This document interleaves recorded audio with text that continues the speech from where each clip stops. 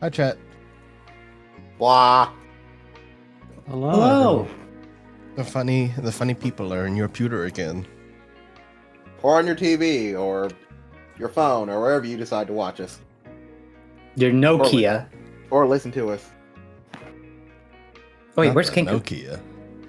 I prefer to use a crystal orb. Oh, y'all aren't hearing Kinku. Hold on. Yeah, I was like, wait, hold on. I forgot to hit join. DM, where's my music?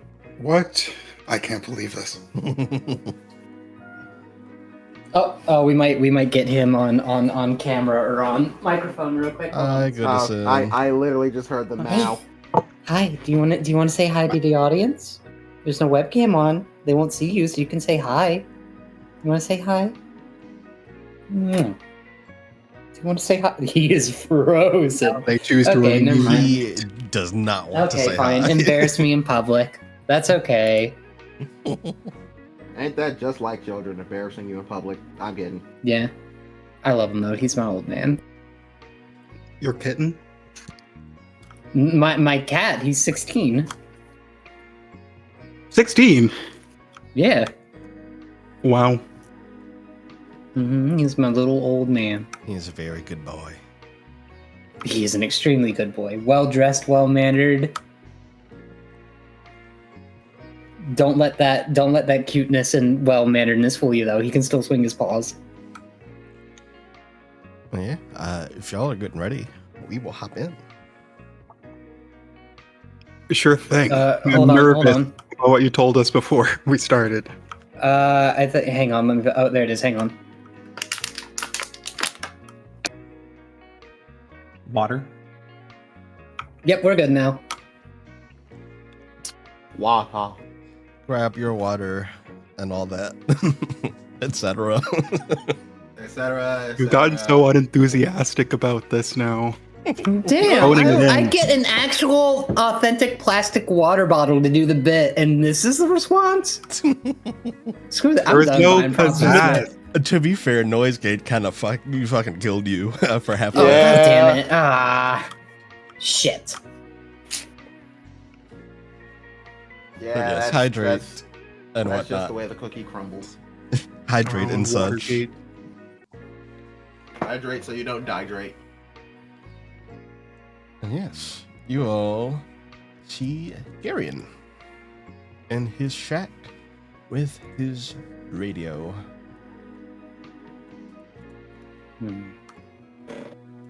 All right. Getting quite a lot of these piling up. Need to get a new shelf for these. Gary, you better not say shit about private things that went on between me and Gyro. Squints. He squints at you. Also, Last hi, time. Gyro. Gyro, remember the details of the pre-session questions asked by me.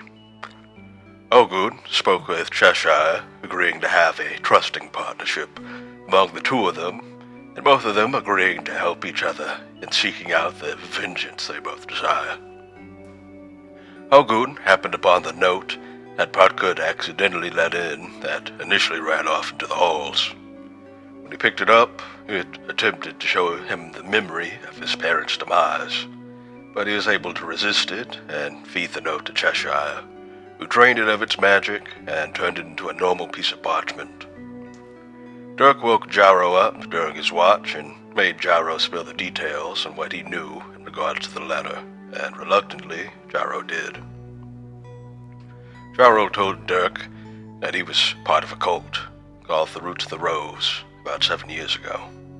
A group dedicated to studying the effects of the blooming and all the details surrounding it, by conducting experiments on themselves and those who wouldn't be missed, which led to several injured, killed, or warped beyond recognition. Though he's trying to atone, Gyro emphasized that he killed hundreds, and he shot down Dirk's attempts to justify or minimize the severity of what he'd done. Dirk was shown Gyro's journal, as well as the sketches of scar mutants inside. Gyro ultimately went back to sleep, and Dirk noticed Lucian had caught some of the conversation and had been woken by Gyro when he yelled. Lucian agreed not to mention that he'd heard anything. Dirk removed the rune on Podkut's cloak and put it onto something easier to carry that would no longer damage his cloak. And while waiting on the time to extinguish the torches, a hand reached into the shop front and grabbed the silver kitten. The party were all woken up, and they all chased after the thing that took it, finding the whistler that they were warned about in the list. The party fought it, managing to kill it, and with the kitten rescued, they returned to the shop front and waited for time to extinguish the torches, which went off without issue, and completed the list. After a while, Camilla returned to get the list, and the party was given a fragment of a wish stone for their cooperation. Dottie returned shortly after Camilla departed, and Dirk was keen on giving her a piece of his mind. Statement ends. Now, as for questions, we, didn't get any written in. And What? as he says this, there is a strange, dark haze that casts about the room. Well, I wouldn't say no questions. Who are you now? Son of a bitch. Good thing stop changing. I don't like change. And appearing in the center of the room is Dirk. What you and Podkut would recognize is Oh my a God. aspect of Yay! Jix's. What are you doing here again? Oh, Son of a... dude. Magic purple kobold! Now, I do have a question, actually. A couple. But what to ask? What to ask? Do you Can I know... ask a question? Sure, I don't see why not.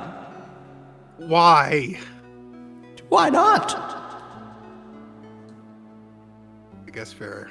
Ogun is just sitting there confused because it's just like all these people seem to know all of y'all know each other and I don't, and I have no context for any of this.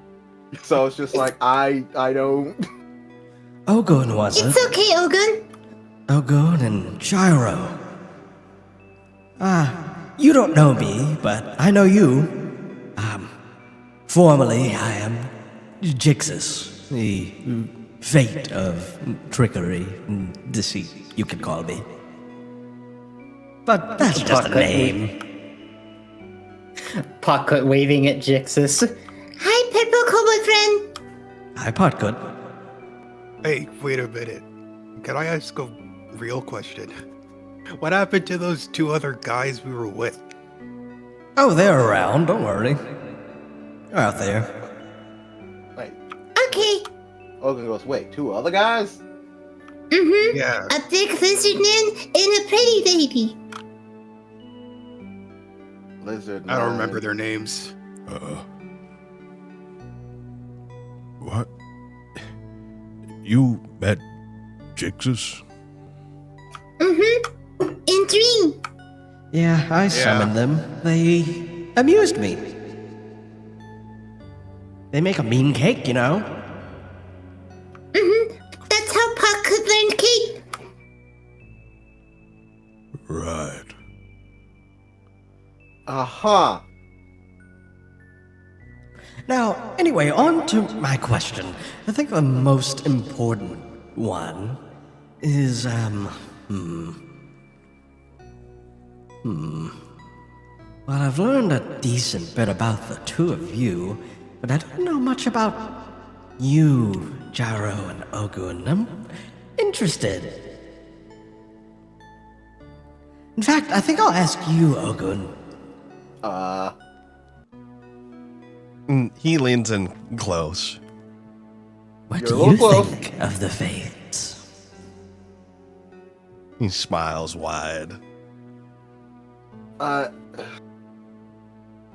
You better answer truthfully, Ogun. Come on, be last time you were honest. with him, Don't hold anything back. he'll You won't hurt my explode feelings.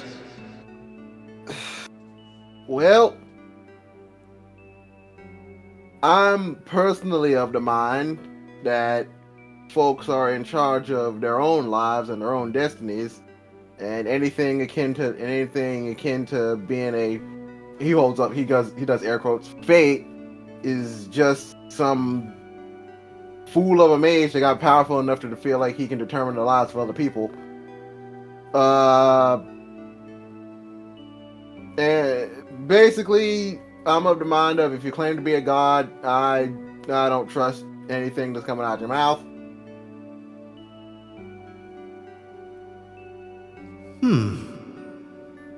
Should I display my power?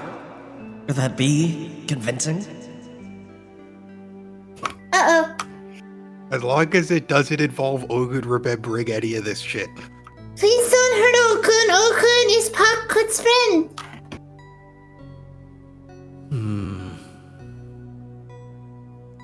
You know, I've got a great idea. And he snaps his fingers, and appearing in the center of the room is a middle-aged gnome man. Very confused, clearly just a random citizen. You there, you're going to be the subject of my trick. Now observe. And he snaps his fingers, and this gnome combusts into flames. Oh I my can't. god. Ogun just sits there wide-eyed and is just like, I mean, but it's also like, well, one, horrifying that you did that to an innocent man, but also two, all you really did was light him on fire. I've points a thumb at Paco. I've seen this child do that. Like, I've seen this child do that on a regular basis. You're gonna have to give me something more. Oh, then watch this. This part's even more fun. And he raises up two hands over the gnome, which is now a pile of ash. And you see the ash essentially progressing in reverse, returning his body to the state it was in, both during his burning and then before it was burned. Okay, just for the sake of this argument, I know we're in a dream, right? You're not quite sure. This is You all know what? real, Ogun. You know what? Hold the phone. I'm gonna roll, and I'm gonna do an assess check to basically be like, can I tell that this is all basically a dream? I will say you can do that. Because Ogun and Potcould both Dirk and Potcould both mentioned meeting this person in a dream. So I'm like, there's got to be some kind of dream logic going on right now. Actually, you know what? That's fair. Go ahead, roll it.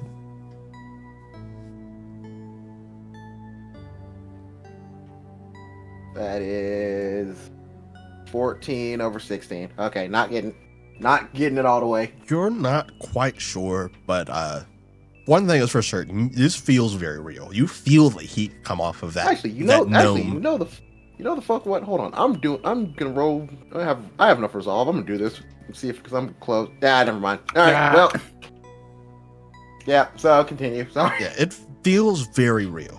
You felt the heat come off of that gnome as he was burning in agony. But yes, he restores the gnome to right before he was burned, and essentially right after he was summoned into the room. And he places a claw on the gnome's forehead. You do not remember any of this. You would like a blueberry pie from the bakery. Off you go! And he snaps his fingers, and the gnome disappears. Can you wipe Gyro's memories? I could. I won't.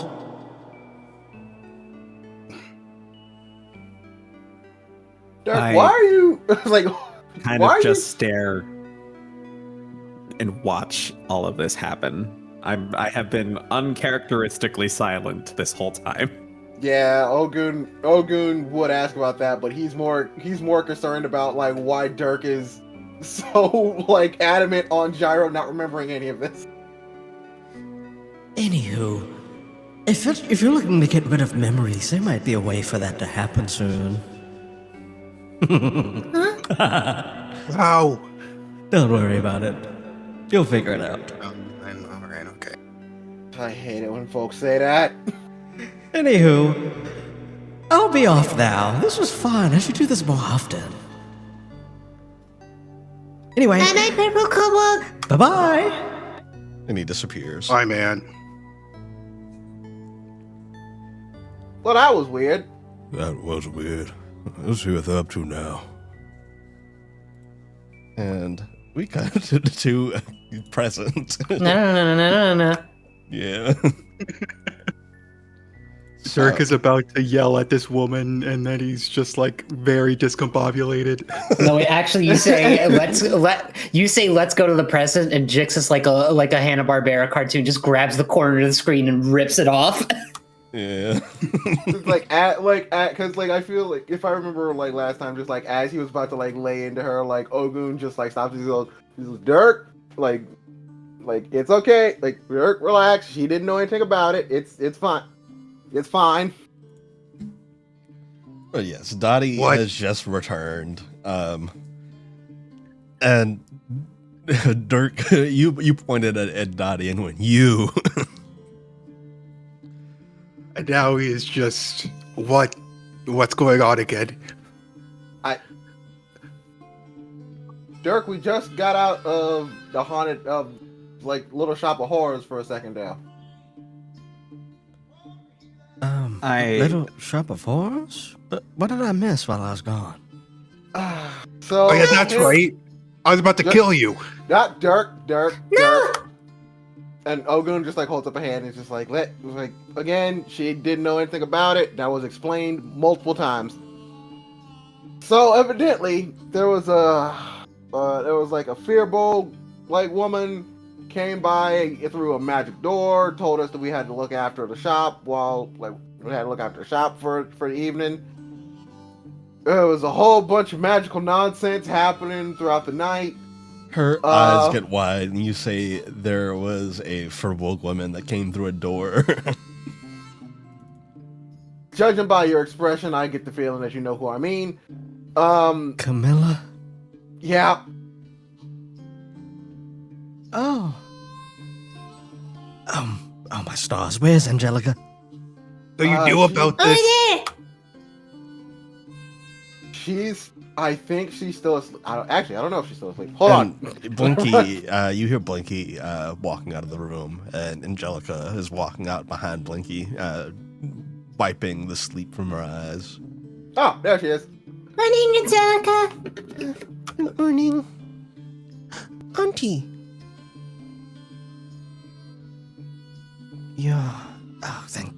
Thank the fate you're all right. All right.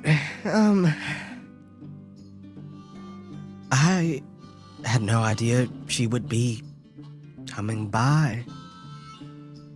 Yeah, I thought she wouldn't be by for at least a month or two. Yeah, she made it abundantly clear that this was a last minute thing. Still kind of a lot to drop on the shoulders of some people that were just tasked with looking after the store. They must have skipped over Helen this time. I bet that's what happened.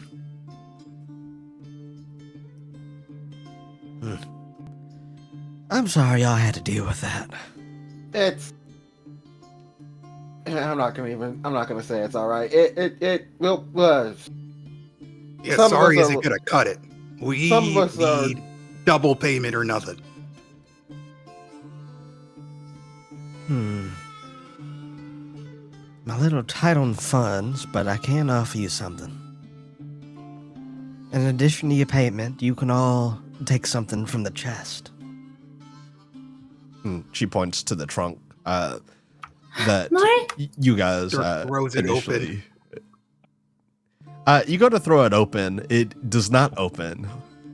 And as you kind of mess with the lid, A hand props it open. A hand from inside props it open. And let's see what you get. While Oh, all I'm this gonna is sound- happening, Is this gotcha mechanics? I mean, I hate- essentially. Yay! Let me get a I hate 5-star to pull. interrupt. While all this is happening, as soon as things start progressing towards this chest, I am taking the initiative to just leave. Oh.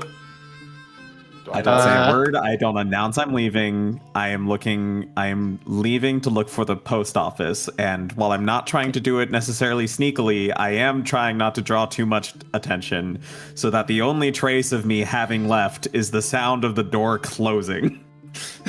Can Potcut try to follow behind you? I guess. I would say If you notice him leaving, probably. I would say just for the sake of seeing how subtly you leave, go ahead and make me a sneak check. Sure. Not subtly at all. Man, Before I have leave Potcut. Dirk's gyro senses activate. I feel And he like goes it's a over and case grabs of you. when you open the door to leave, there's somebody like outside a couple feet away that is screaming for some reason, and the door I was opening just- draws everybody's attention.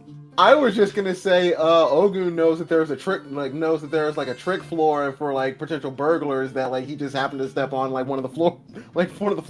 what? for that. Like one of the like one of in the Ninja Hideout, there's like one of those like floorboards where you step on it and it makes like a loud creaking sound, so like everybody hears it. Also, out of table because we brought up the chest DM. Yes. Did that weird like frog scarf tongue thing that Potcut got a few sessions ago from Dottie's chest have any like stats or anything unique? No, it's just a fun trinket. Okay, gotcha. Run, That's all.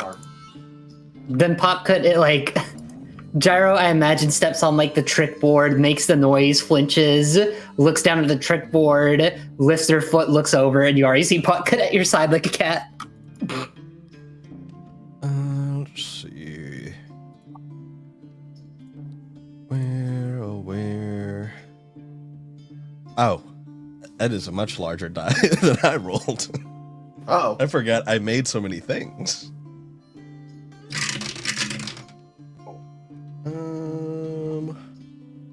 It's a 24. Actually, you know what? You roll. Roll me a D100. like all of us? Dirk in this instance. Okay. Getting 100. I got an 80. 80. That's still pretty good. You pull out a little handheld piano figurine, and it has a little music box handle on it. Do you wind it up? What?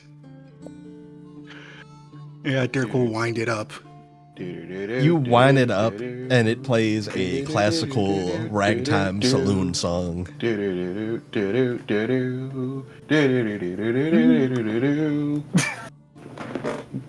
This is your idea of paying us back for going through hell? I don't want your gay little music box. Wait.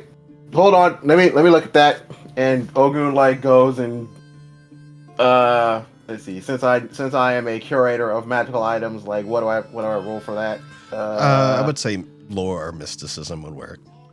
Quietly to Gyro. What's gay? All right. Because of my I'm gone, remember? because of my Pocket's following you. oh, so you wouldn't even hear this. Oh yeah, you wouldn't. Oh, even never hear mind that. then. Yeah, never mind. My bad. Yeah, so let me see. Lore or mysticism. I'll see what I roll and then you go from there.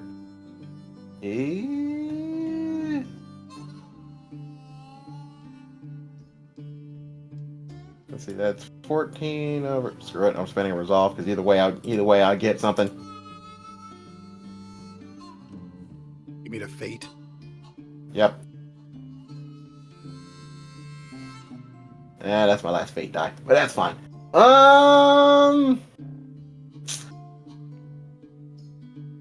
Yeah, I'm gonna go with mysticism. So that's 16. So that'd be 16 over 15. So this little handheld piano figurine, it does have some magical properties to it, but more notably, looking at it, this would probably sell to a collector for a pretty good price.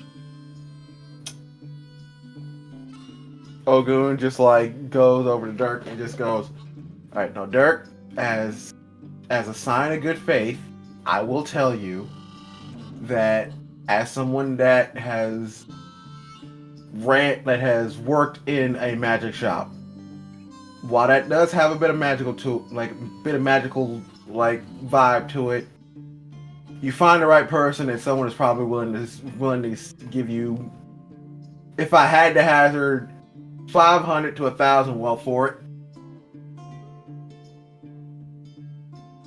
You wouldn't want this little music box. That can't be the right number. Dirk, I know these things. I've had to know these things for years. Trust me when I say, people, if you find the right audience, will buy literally anything for the right price. Ugh, fine, whatever. I'll just find another one of you nerds to pawn it off on. Thanks for giving me homework, Aunt Dottie. She raises an eyebrow. Well, I turned to her and I mouthed, "I'm so sorry." Ogun, did you want to take anything? Yeah, I'll take a whack at it. All right, roll me a D100. Hundo. That's an 87. 87. Oh, that's fun. You find you reach in and you get a wooden harmonica with silver inlays, and it has a script insignia carved into it that reads Wolfsbane.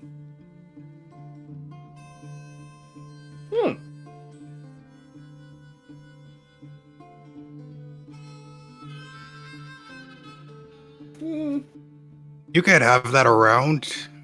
It's offensive to Lucian. Actually, yeah, Lucian, did you want anything from this chest? Yeah, I'll take something. It is a 60. What's the other number? 67. Don't. I know. I thought about it too.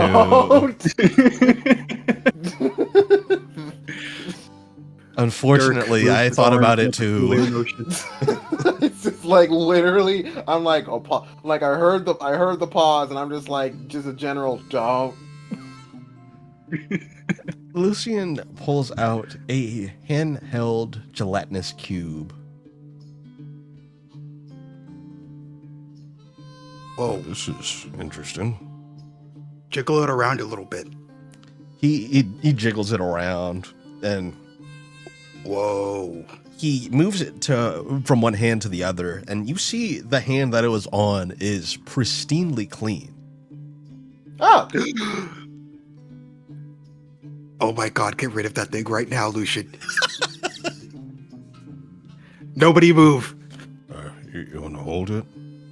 No, Lucian, get that thing away from me. Ogun just goes, Lucian, just put that in your pack and just keep it away from Dirk.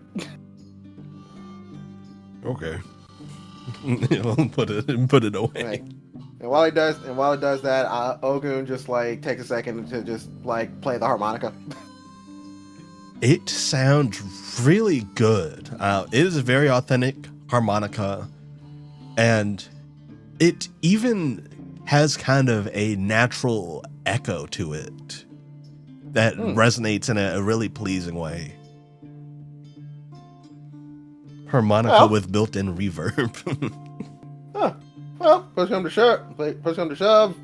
Ever need to scrape up some quick cash? I can always just play this on the side of the road and just play this on the side of the road and have someone put some money in my hat.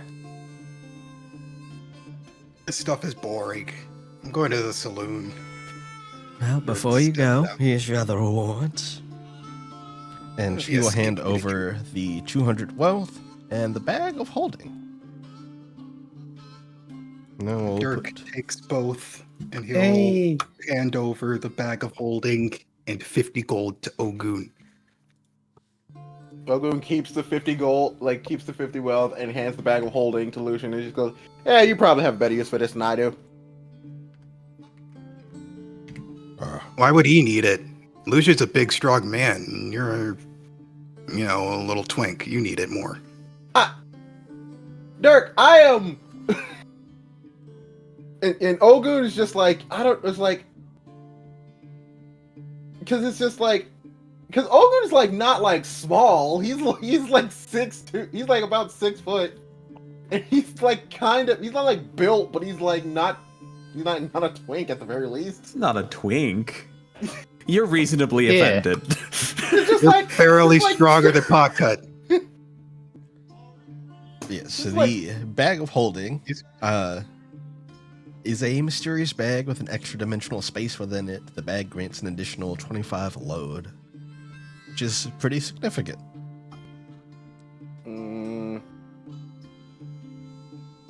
Well, I don't want Dirk to have a point here. That is kind of good. That it will be kind of good for me. Fine. And Ogun just swaps the wealth for the bag because it's just I feel like that's fair.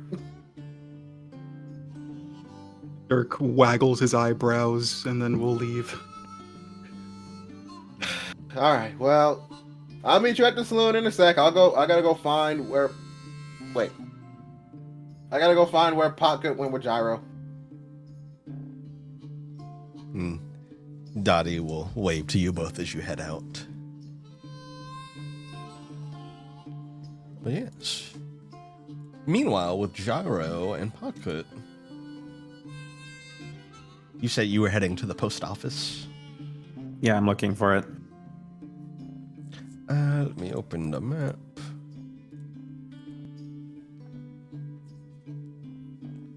So yeah, you head out, you look around for the post office.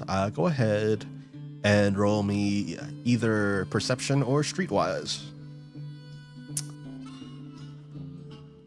Man, it would make so much sense for me to use streetwise here, but I'm doing perception, and I'm glad I did, because that is exactly what I need to pass.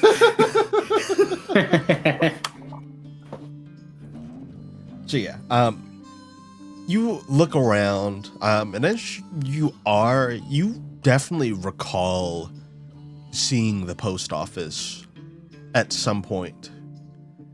And you would know that it is right over here. This little building here.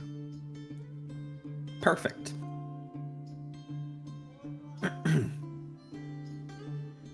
And yeah, you wander into the post office. Potcut, I imagine, following behind. Mm-hmm. How far away? Are you trying to just also be sneaky? Nah, I think he's just following behind you.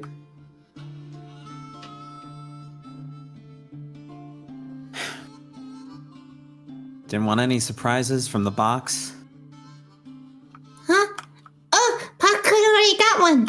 He's gonna reach into his owl cloak and pull out the frog tongue scarf. See? Potcut doesn't want to wear this one yet, cause this one, He holds on to his yellowish beige dirty scarf. this is the one Malka found for Potcut. Yeah, it makes enough sense to me. Mm-hmm. I'll just push my way through the doors of the post office and... Potcut will step in with you. What's this? I need to send a letter. too, actually. Letter? It's it's like a leaf with words on it. Can Pocket write a letter? Do you have someone to send it to? Uh-huh, Nalka. I don't know if it'll be able to reach Nalka, buddy. Why? Well, the way this works is everyone, excuse me, everyone on the continent has a mailbox or an office that collects mail for them that they can go to retrieve said mail. And if Nalka doesn't have a registration at any of these mailboxes all the way across the continent, and I am struggling to explain this in a simple enough fashion. As you're trying to explain, his ears, like with every drag on to the sentence, just slowly tuck down and down and down, and he just looks down at his feet and goes, No matter what, Pocket can't find ways to talk to Nalka. I'm gonna have him roll something real quick for creativity. This is Ogun trying to teach Dirk how to read a clock all over again. So, you're not gonna believe what I rolled for flavor. Please tell me it's an Okay. It's a nat 20. And the flavor will be... You see the figurative torch light over Potkut's head as his ears snap up, and Potkut will like glare up at you in excitement, Gyro, and say, Wait, Gyro, Pocket has idea. Uh-huh. Pocket wants mailbox.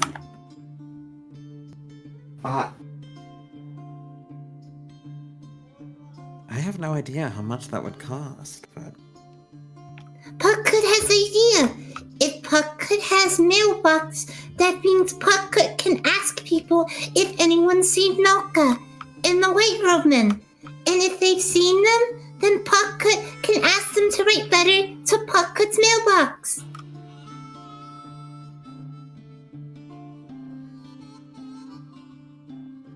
I kind of look up and think about it for a little while, and I'm like,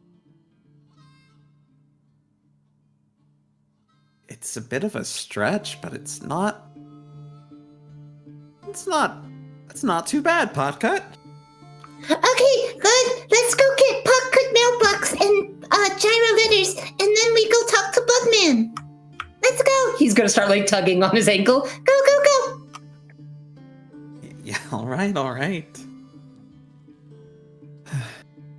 And stepping into the post office, it's not particularly busy at the moment. There's no one around except for who you would imagine is perhaps the postman. You see a very thin, very tall Zephyr, which is essentially a bird folk. He resembles a nightingale, and he has probably 5 or 6 glasses of water on the desk, most of which are He's just finished. like me, for real. And he is very voraciously downing these glasses of water. He looks exhausted for some reason. Potkut is gonna let go of Gyro's ankle and just suddenly jump and grab the railing of the mailbox or the desk and try to lift himself to his head so that he can see the Zephyr man. And you do, and the Zephyr man, he is like mid-drink. His eyes look over at you. He stops, lowers the glass. Hi. I didn't hear you come in. He's gonna hold up a finger. One mailbox, please. You want a mailbox? Mm-hmm. He scratches his head. I suppose we could get one of the carpenters on that. Where do you live?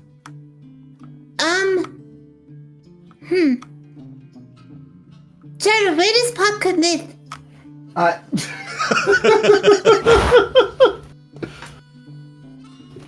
I kind of scratch with just one finger the top of like the right side of my head, and I'm like,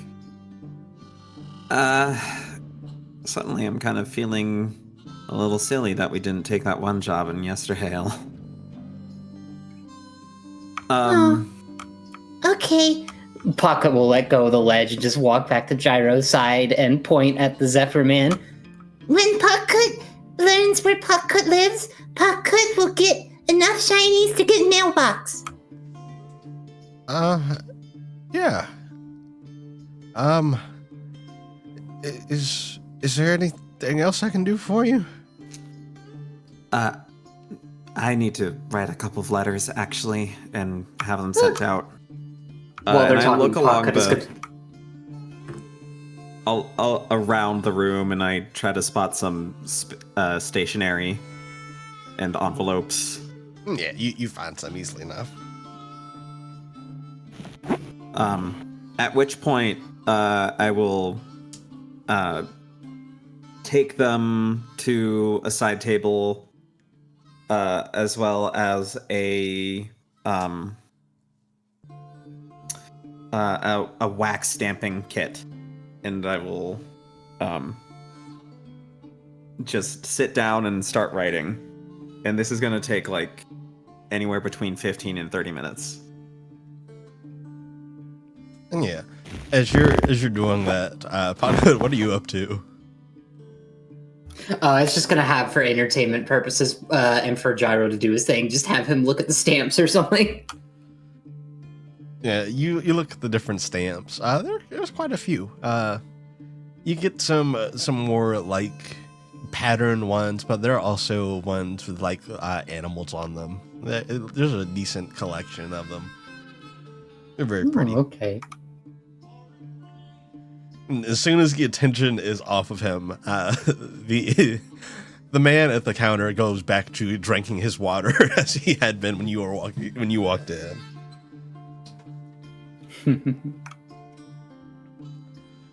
Yes, once Alright, you... I'm gonna... Oh, go ahead. I was just gonna say I'm gonna wait for Gyro to finish his letter. Yeah, Gyro, you finish up your letter after a bit.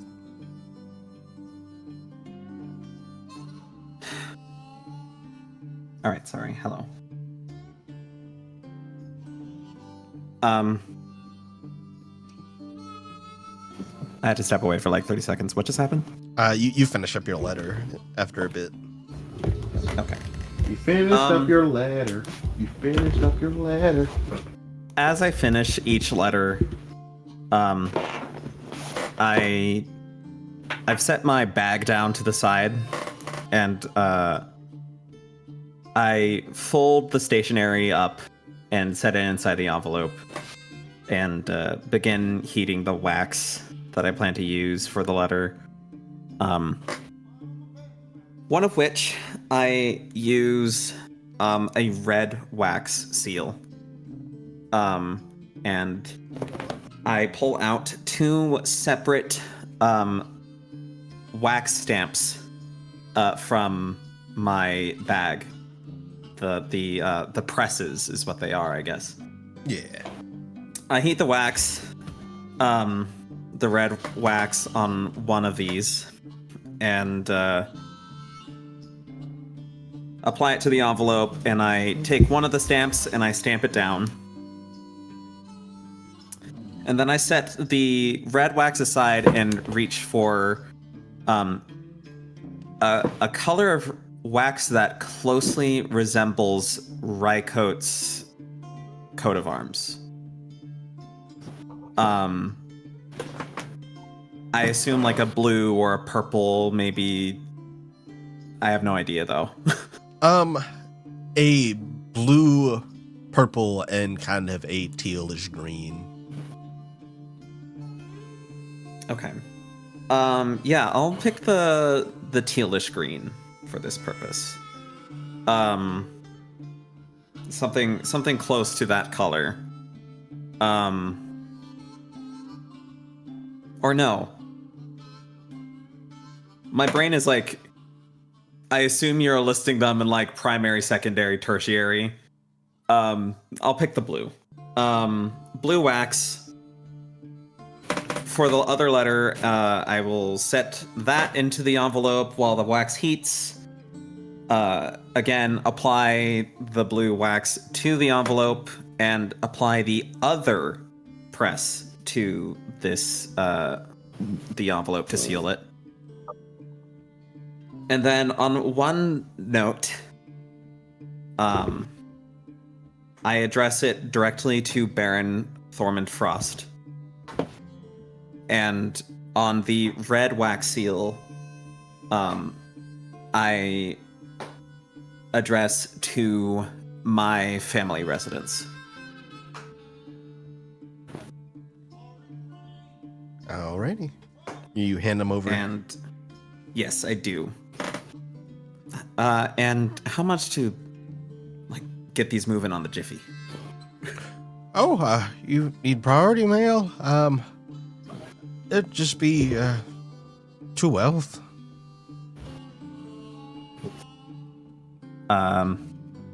And I pull a couple of wealth out of my bag and hand it over.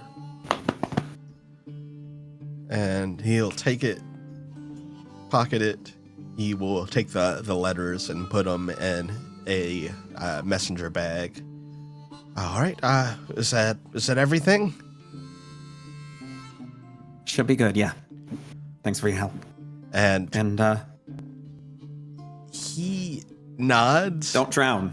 And immediately, with a running start, sprints towards the door, pushes them open, and ascends into the sky.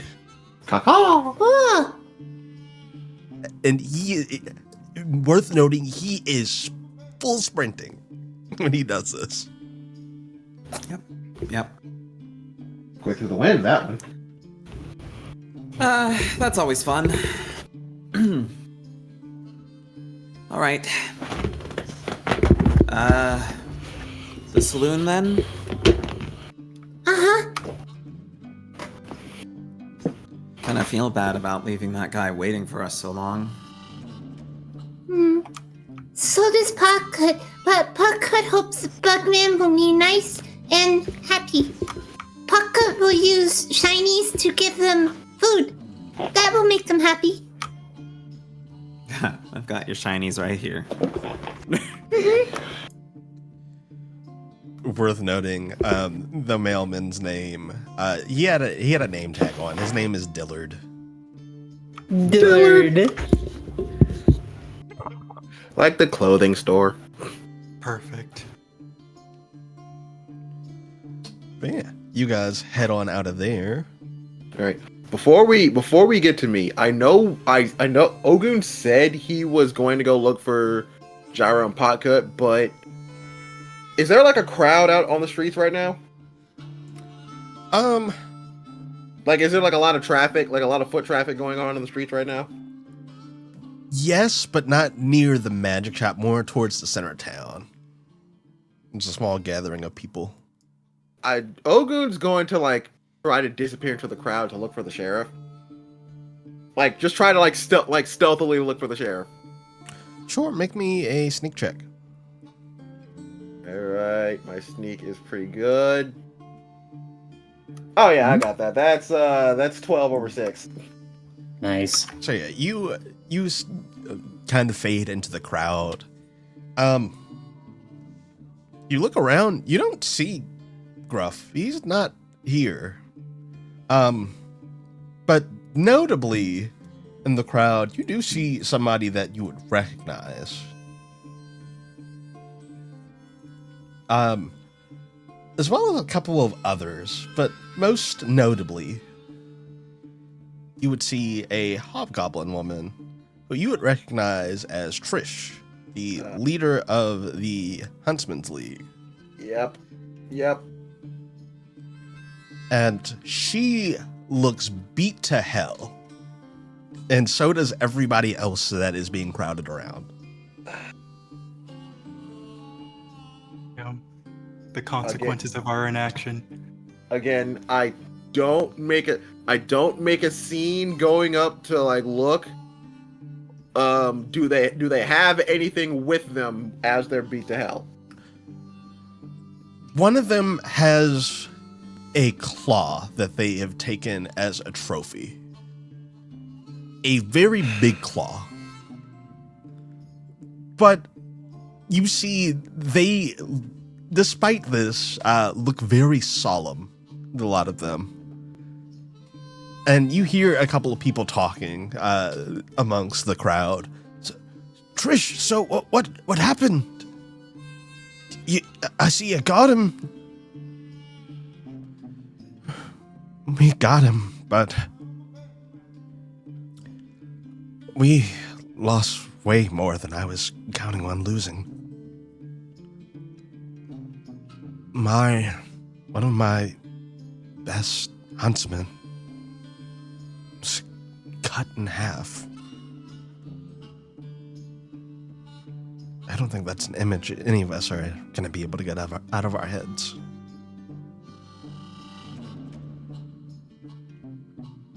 But the thing that prowls the swamp shouldn't be an issue anymore. It's like an Ogun like says quietly to himself, "Oh well, that's good at least."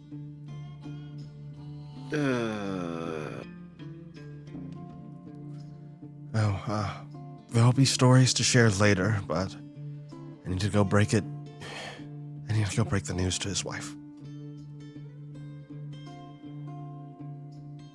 She and the others with her limp on. I really want to go. I really want to go follow him, but I kind of only have a small window of time to do this. Like to do this other thing. So. Sorry, Trish. And Okun just zoops back into the crowd and just proceeds to keep looking for Gruff. Yeah, go ahead and I'll take either a perception or streetwise check. See if you can find him.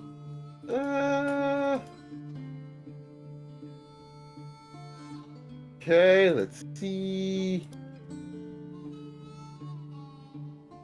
Yeah, I get neither. You look around, you have no idea where he is. He's not outside roaming around like he tends to be.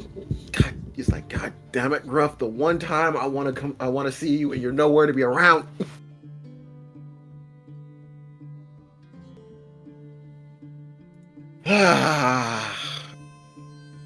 Well, can't spend all this time looking, so I guess I'm going back to the saloon.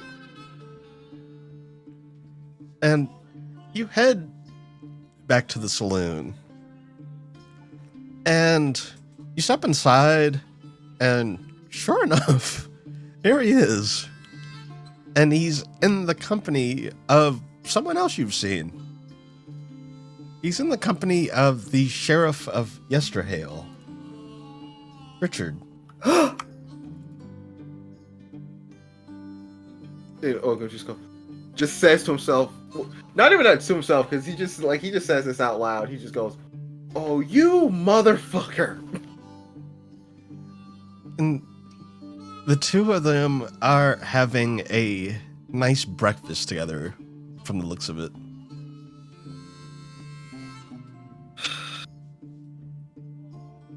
I hate to be improper. And Ogun just saunters up. Kind of are they in a table or are they at a booth? They're at a table. They're at a table? Okay. Ogun just kind of saunters up, tries to make it inobvious that he's he's sitting behind Gruff specifically. And just sort of kicks Gruff's foot, in a way that's just it's just I got something I want to tell you. I got something I want to say to you, but don't make it obvious. You do. Gruff is in the middle of a conversation. You see him kind of flinch and stiffen at that. Oh, shit. He turns over his shoulder. Can I help you? Yeah. It's like, hey, Gruff. Not for nothing. I just wanted to let you know about this. What was it? The Iron Bloods? The Bronze Eaters. Bronze Eaters, yeah. Iron Bloods. I'm thinking of like freaking Gundam. The Bronze Eaters approached me today. Not today. Yesterday about something. What are they up to now? Oh, nothing good, considering that they wanted me to trade your gun for information on my parents. Gruff turns fully around. Don't make it obvious. They want my gun. Don't make it obvious. I'm doing this. I'm doing this in secret. I don't want them to know that I told you. Right. They want my gun. Yeah. I asked why. I asked why. They didn't give me any which way about why they wanted it or something. They just basically said, they had information about my parents, and in order to get that information, I had to take a gun from you and give it to them. Now, I considered it for a hot second, but considering that me and you are now on relatively the same side of the law this time around, I wanted to give you a heads up on the situation and let you know that I'm not going to go through with it. He thinks for a second, and then he reaches down to his side and hands you his gun. Give it to him. Gruff, what the hell is this? There's only one way to find out what they're up to.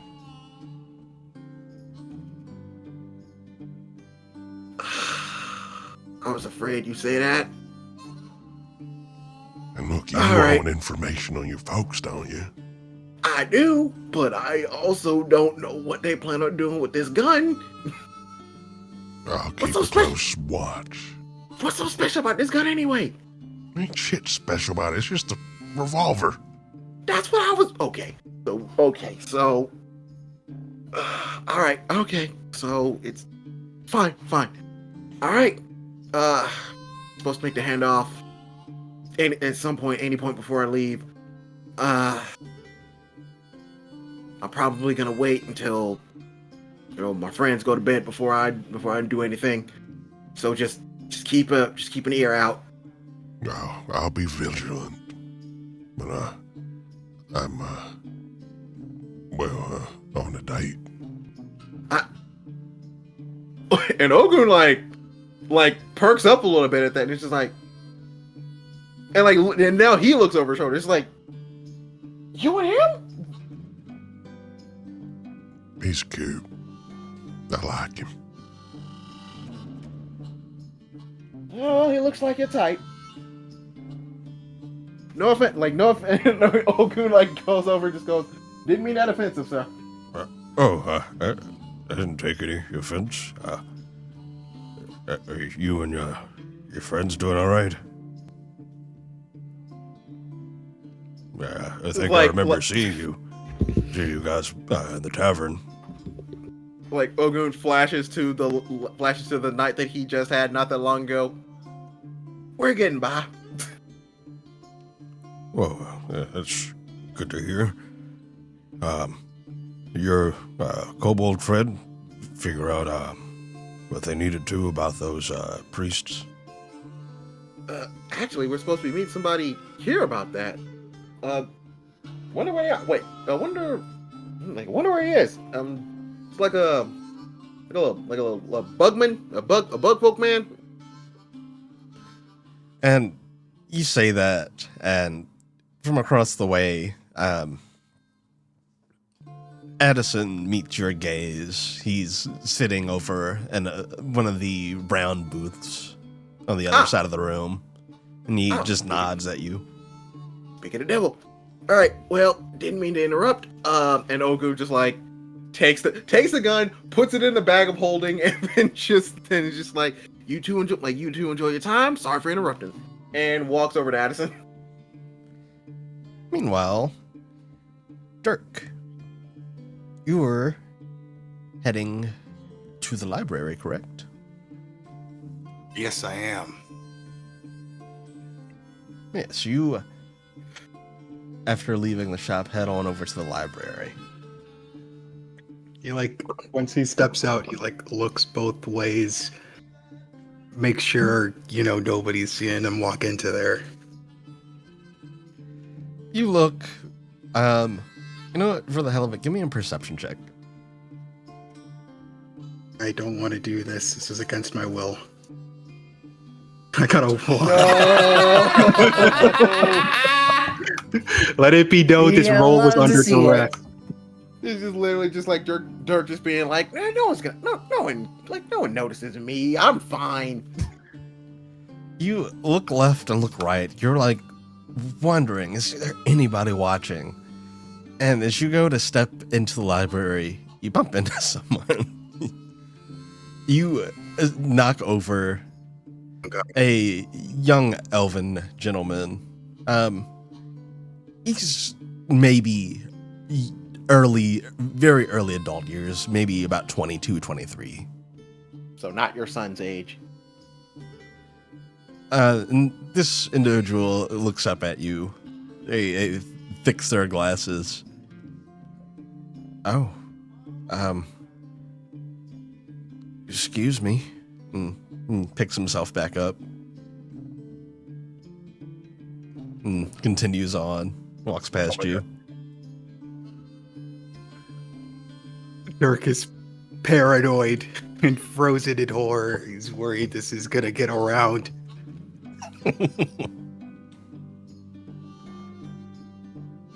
You see Into the man library walk and up. shuts the door behind him. You walk in and shut the door, and the librarian, who you met before, looks up at the counter, or looks up from the counter at you. Back to talk with the bitch? Look, that was weeks ago. You gotta get over it. That was It was literally not 2 days weeks ago. ago. It was a day ago. That was literally a day All right. ago. It was yesterday. I love it. I love it when DMs give their telltale moments to their players. All right. Well, yeah, whatever. Sorry about that. Genuinely a little surprised that you're apologizing. She softens a little. Or as close to an apology as you're gonna get from Dirk. Apology accepted. Now, what can I help you with? I just need some books. Do you still have that series for runes, those sort of textbooks, going over all the dialects? I do. She'll lead you over to one of the shelves in the far corner. This should be the collection of them. Great.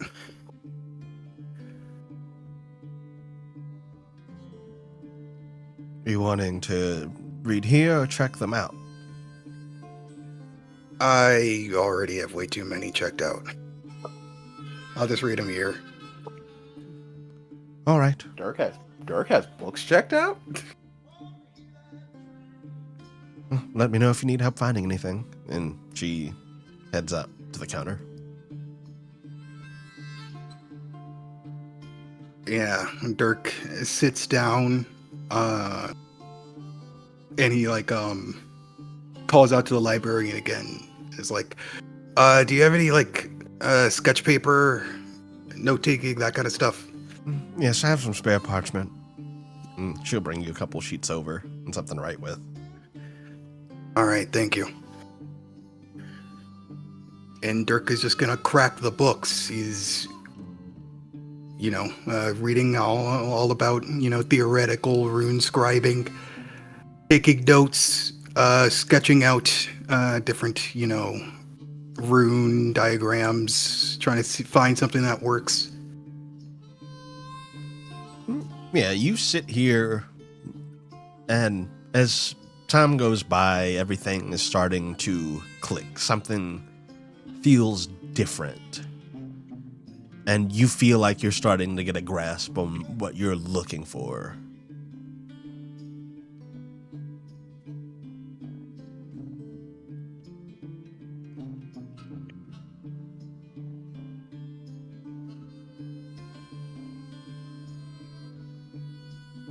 Should I get a study die?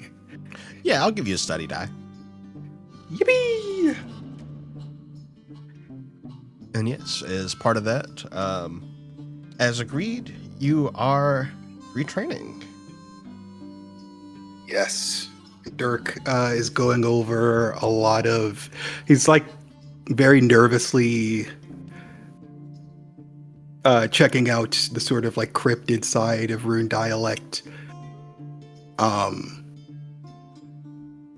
It's not he's usually sticking to like, dragon, that kind of stuff, things passed down to him by his family. And he's wanted to try something new this time. Yeah. You spend some time getting yourself familiar with these new runes, and you feel the truth of those runes awaken within you.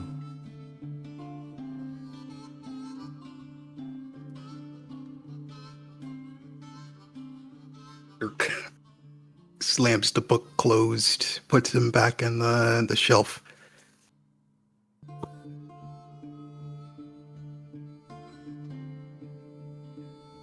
Miss librarian lady, could you, if I come back in here with my party mates, please pretend like we didn't, Can do. She nods. Mm-hmm. You could like razz me again about, me calling you the B word. Yeah, well, if you're around with them, I'll pretend, last I saw you was yesterday. Are you sure it was yesterday? It feels like it was a long time ago. I'm absolutely positive. Okay, whatever. And Dirk will leave. Start headed toward the saloon for real this time. Yeah, I'd say probably about this point. Jara, you would have finished up your letter, and the Dillard, the mailman, would have rushed out. And as you and Putt could step out, you don't see Dirk exiting the library, but you see Dirk walking down the road.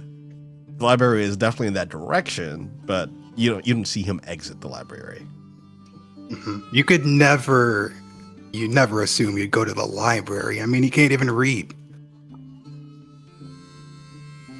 Hi, Dirk. Hi, guys. So I just tuck that information away for later. What?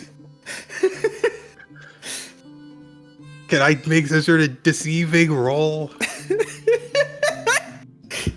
You know what? Sure, make me a deception. Or roll me influence. Influence. Oh my god. I succeed. I got a 16. Well, that's not higher than a 19. You want to spend fate? You can spend fate. You could spend fate. Could, and I will. Praying for a 4. It's so close. Jaro, you think for a second, there's no way he could have come from the library, but you sense it on the wind. Betwixt all of Dirk's various smells is the smell of fresh paper. Since you smell the nerd Damn on it. Yep. I just tuck that away for myself. Because I have my own perceptions of it. And man, I feel bad. Dirk, I visibly narrow my eyes at you. It's just like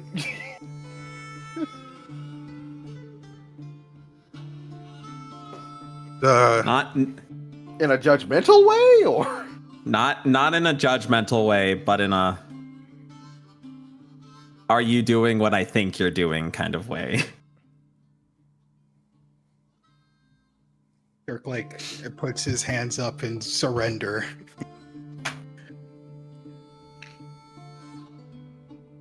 It's okay, Gyro. I won't drink myself silly this time. I promise I'll stick to only one. Huh? Huh? What, is that not why you were giving me that look? Pocket looks at Gyro. What the?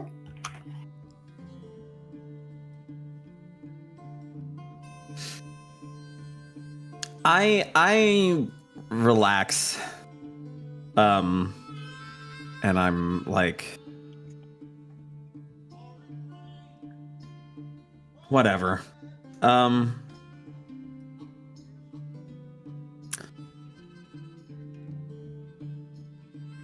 I just start walking towards the the saloon again. Pocket will follow behind Gyro. Yeah, as you're walking, Dirk follows behind Pocket. Lucian walks over with Blinky running behind.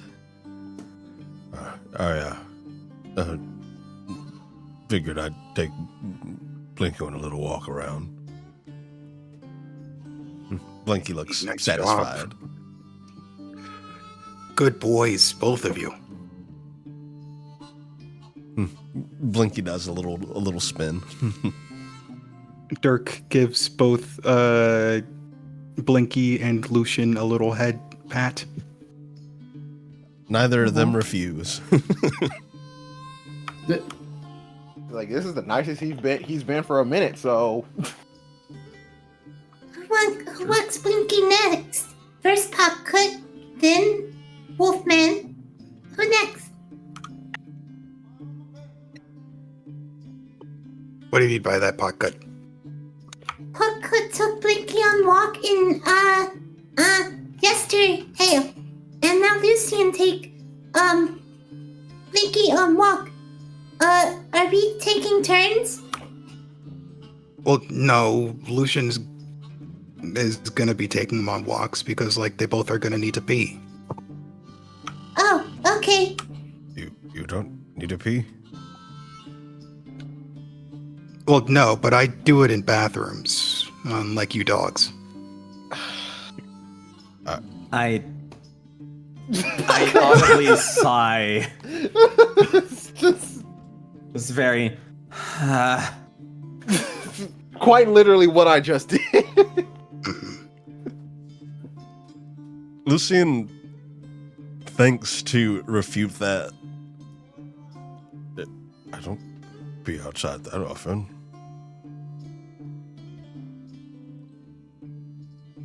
There's no shame in it. I do it sometimes now that we're on the road.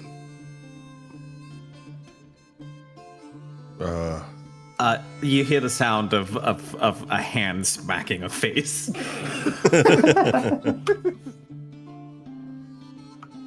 As much as Pocket knows about going potty, Pocket wants to get to the saloon to talk to Bugman. Come on. Oh, yeah. Yeah, we're coming.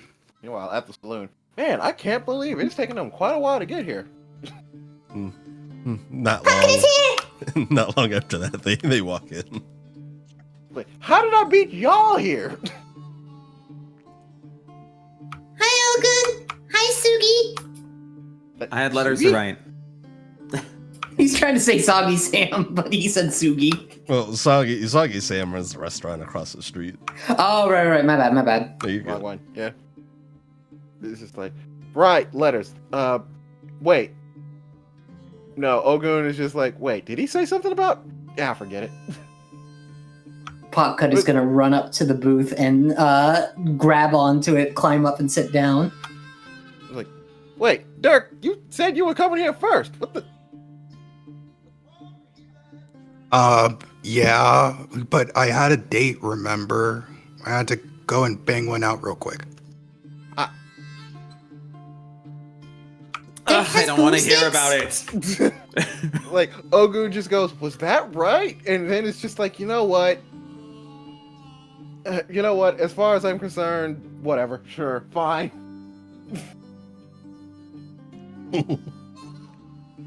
Yes. Addison will nod to you all as you approach. By the way, yes, Ogun does not let Potcut ask that question. Of course. All right, Bugman, spit it out. What do you know about this kid's David? All right. Make yourselves comfortable. Since everybody Dirk is starts seated. Dirk, make yourself comfortable. Dirk starts to lower his pants. Oh my god. Oh, Not like that. not that comfortable. Not that comfortable.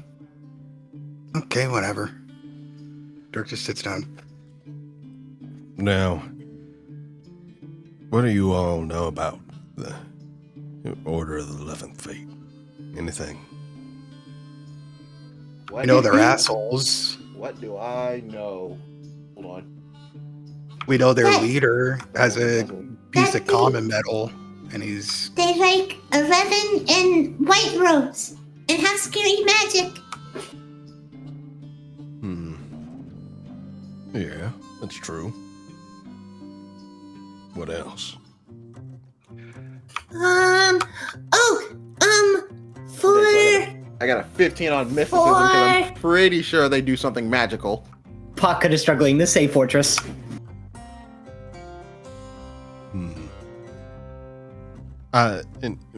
What'd you say, Ogun? I said I got a 15 on mysticism because I'm pretty sure they do something magical. They do. You definitely know that they have a high affinity for divine magic, and they are very well practiced. And from what you saw with at least the leader of that sect of them, Thaddeus, was very powerfully magically inclined. Yeah, so Ogun just says all that. We also know that Thaddeus smells like shit after I got done with him. Yeah, don't really, as far as I know, we don't really know how. I'm pretty sure that lasts for a whole day, so unfortunately, if he was going to use that to track him, that's not going to be the case, but, who knows, residual might line up that way. Oh, Yeah. trust me, he's still gonna catch whiffs of it. Well, Popcut knows that 11 are here in Broodwater, but not in Broodwater, in, Points in the direction. mountain, in, Fortress. There you go. Thank you. yeah, the fortress, would be where we're looking to head. If this sect of them has your friend, that's where they'd be hiding out. That's where they'd be hiding out. I've been to their fortress a time or two, actually. Inside, or... Yes. Me?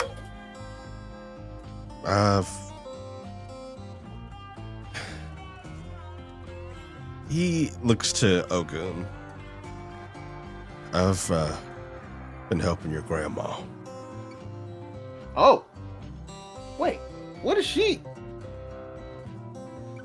She's With what? as on to them as I am. I don't know if she told you herself or not, but she's been helping folks that have succumbed to the moon, scar mutants. That much she has told me. I will admit to that. Harry mentioned it too. The Order of the 11th Fate has been taking those kinds of folks away. And, well, she's been wanting to get them back. So we both know that they're up to nothing savory. Not just taking them away. From what we saw, it looks like they're like turning them into the mutants from what we gleaned from yesterday. Puckut doesn't like to say mean things about people, but 11 people and white robed men seem like big meetings. There's a drawn out scratch on the table in front of me as I unconsciously scrape my nails against it as I clutch my fist. Gyro, you okay, buddy?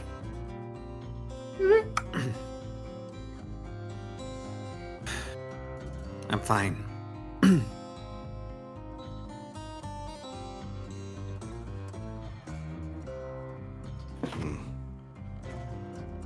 When I was last there, I learned a thing or two about this 11th Fate.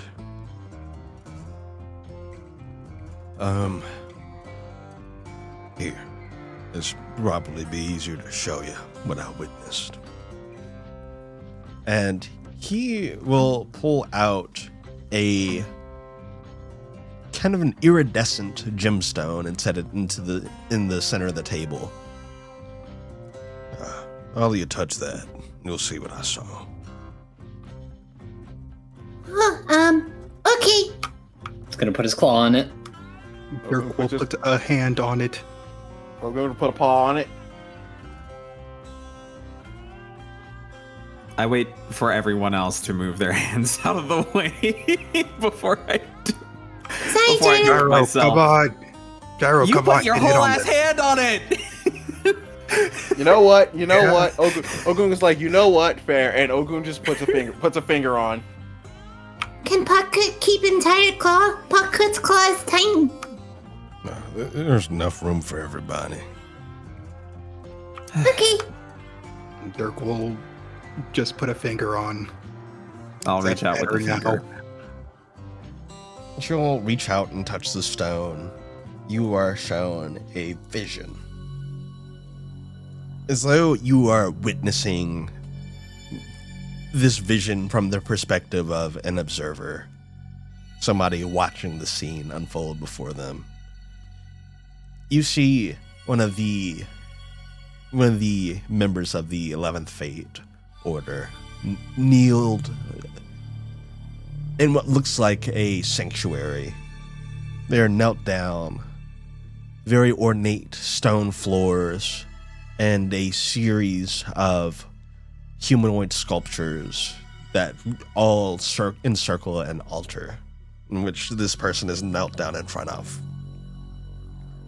You see their head bowed forward and their hands clasped in prayer. Oh, Father, shape my flesh in your image. Let me be your pure child. Mold me like clay into something beautiful, something divine.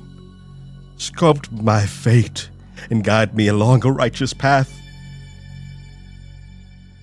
And as this prayer is uttered, you see stone begin to crawl up his skin, starting at his feet, moving up his body, eventually reaching his shoulders, and eventually his entire body. And he stays in that position. Now a statue like the others around him. You see this vision flash forward, and you hear the crackling of stone. You see emerging from the statue where the man knelt down is an arm. It's very pale, very fleshy, gangly, far more so than the normal human arm that you saw initially that this man had. His fingers are longer. He has more of them. More digits. A longer arm. You see another of his arms emerge from the statue, breaking through, wriggling free. And then another, and another,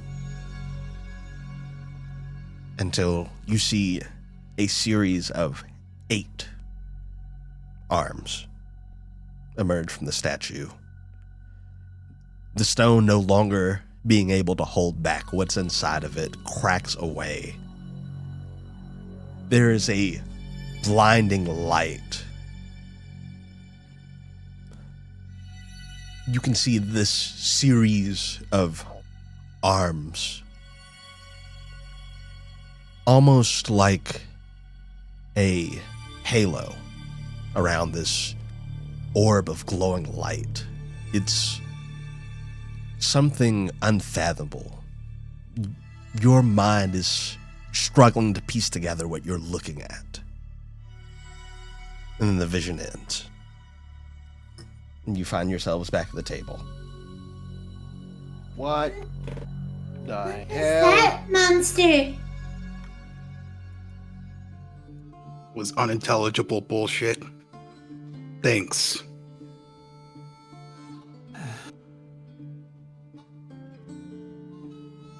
Well, in a way, yes, unintelligible, sure. But I think what's most damning here is what these folk consider an image of beauty, and what that means for the people they're saving, quote unquote.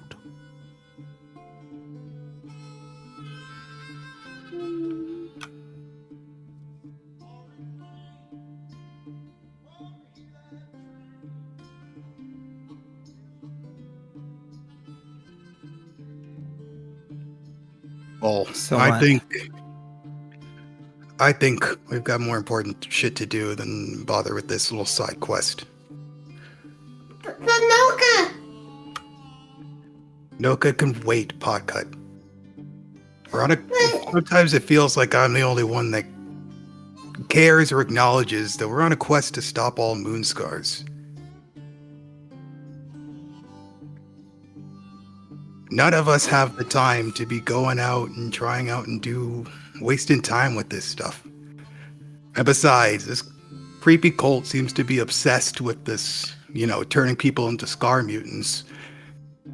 Going out and getting the cure as quickly as possible is pretty imperative in stopping them.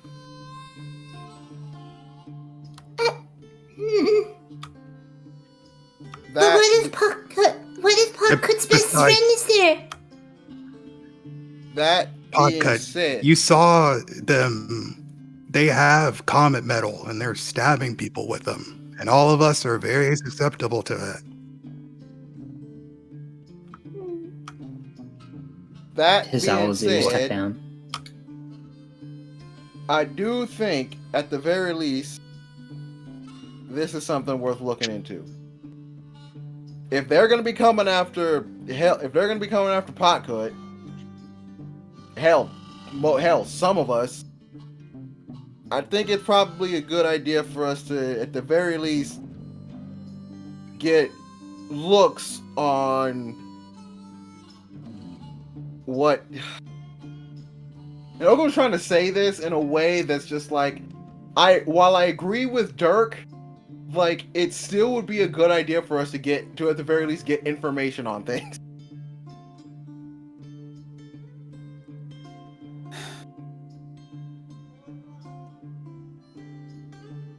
Look, I get you folks got a lot on your plate, but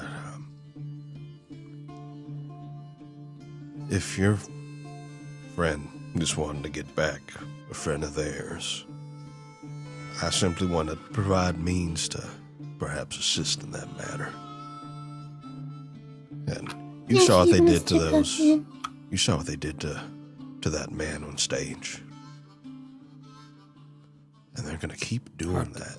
They're going to keep coming into town and doing that. And if something isn't done, I don't know how many of us are there going to be left.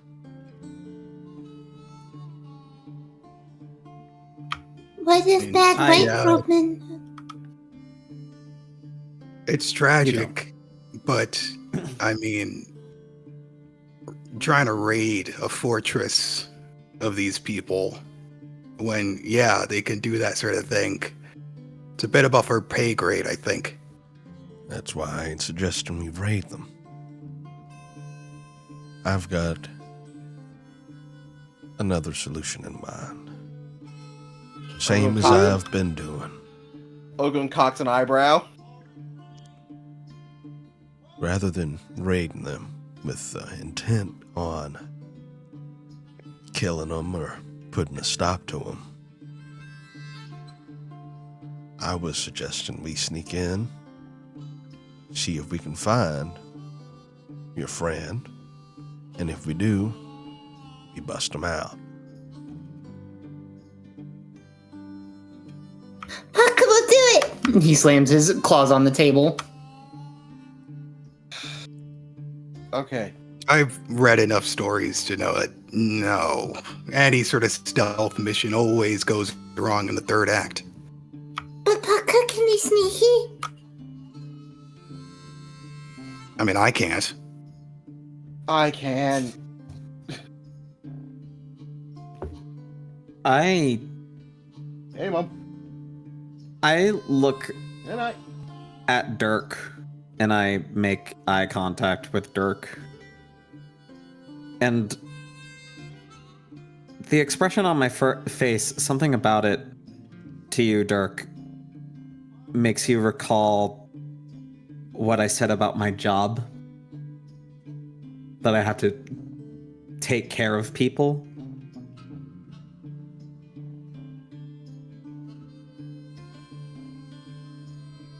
And I turn back towards oh my god, I can't remember his name. Yes. And simply say, well, that's certainly a less reckless plan than just trying to solve it all in one go. Now, as someone who's been in and out of their little fortress, I'll say this. It is going to be, if your friend is there, it's going to be harder to get him out than it is to get out the Scarp Mutants I've been sneaking out. Naka's very big. From what I've seen, things more along the nature of, demons and such, are used more as a source of power for them, not necessarily a test subject. Their kind ain't as susceptible to the woes of the moon as we are. But why use demon for power?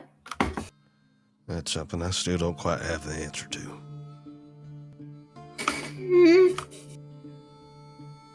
Puckno's voice said that Noka is being fed for why?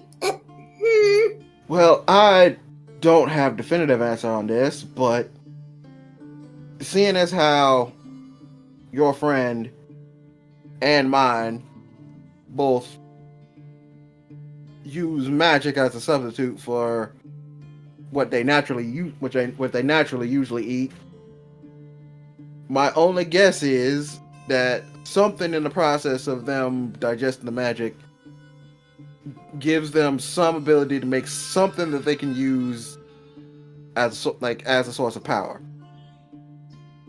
That's just me. I'm just throwing something out there because that's kind of what what me and Cheshire's deal is. I feed him magic. He grants me I feed him magic. He grants me power. Like he grants me abilities. If that's what me and White Robe 11 men are doing, Puckhood doesn't want them to do that to Nalka. Nalka deserves to be free and fly again.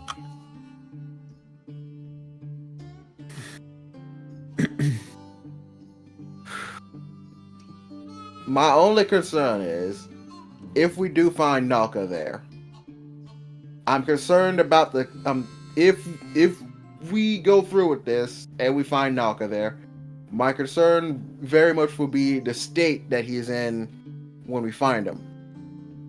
He could very well be well fed, but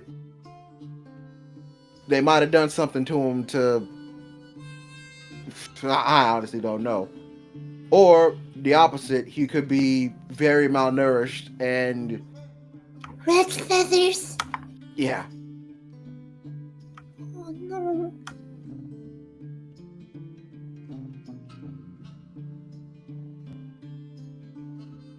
Either way, there's no way we're feeding that thing on our journey. Hey!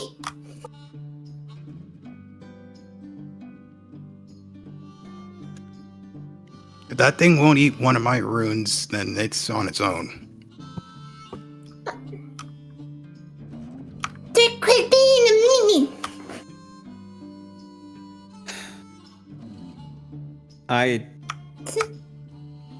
I look at Dirk again,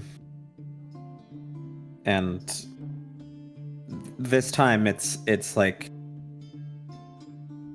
I do understand what you're saying, but nonetheless,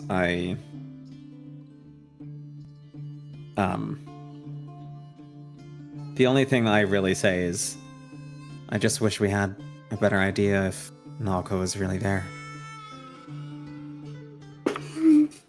Yeah.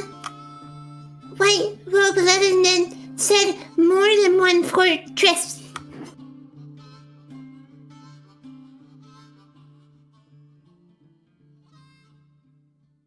I may have an idea on how we can potentially knock out two birds with one stone here.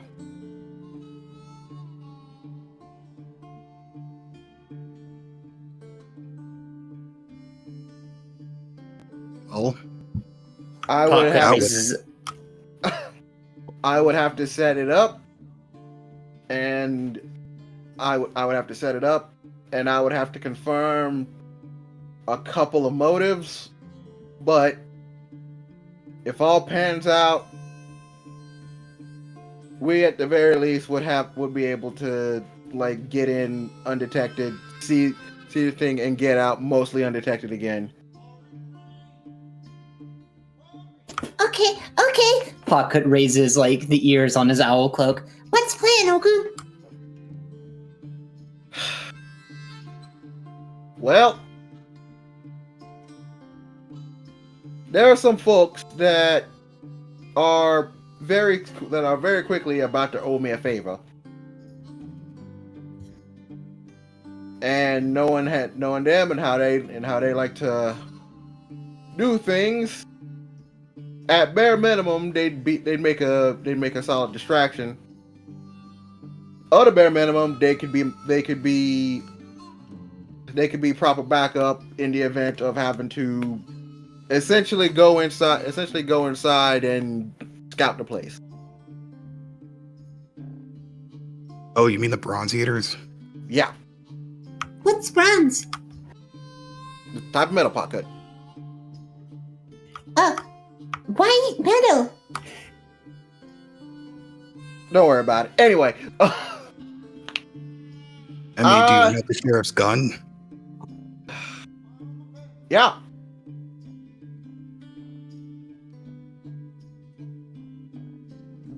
I didn't steal it, if that's what you're thinking. Oh, well, that's a relief. Actually, What is what is Ogun thinking right now, considering Dirk just brought up a specific agreement that he would have no idea Again, about? like Ogun in his head is just like, how does he fucking know about that? I didn't mention that deal with anyone. But it's just like he's just like, I'm brushing past that because he's just brushing past that for the time being. But he is gonna ask about shit later. Oh my god! I just realized. Okay, never mind. But it's just like I kind of glare at Dirk and then try to settle my gaze back on Ogun while Ogun is organizing the thoughts. yeah, it's just like I didn't steal it. Like actually, funny thing. Told the sheriff like what was going to happen, like what they pretty much asked me about. And he pretty much told me the only way that I was gonna figure out like what their goal was to give him the gun. So he gave me his gun to give to them so I can get some information out of him. Now I can't kill him, right? Hmm? They're probably just gonna like kill the sheriff, right? I mean, you take away his gun, doesn't have a means to defend himself properly, and then they, you know.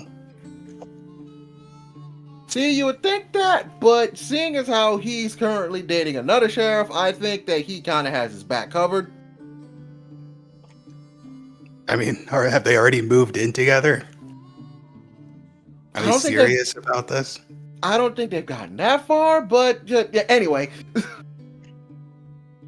Anyway, current unknown motive notwithstanding, I have an in and I have leverage.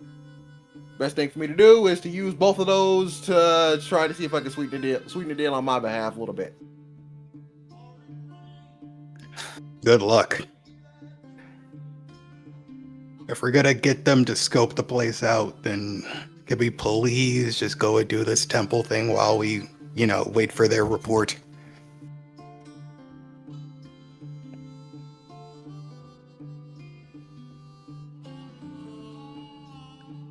Well, that's all predicated on if I can get them to scope it out in the first. But if we can, Potcut, how do you feel about that idea? As long as it doesn't take too long and we can help Naka.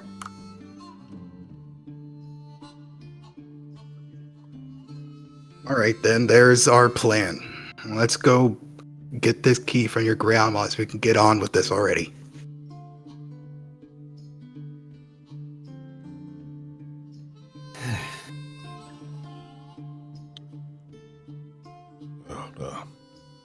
Here, I'm gonna give you this.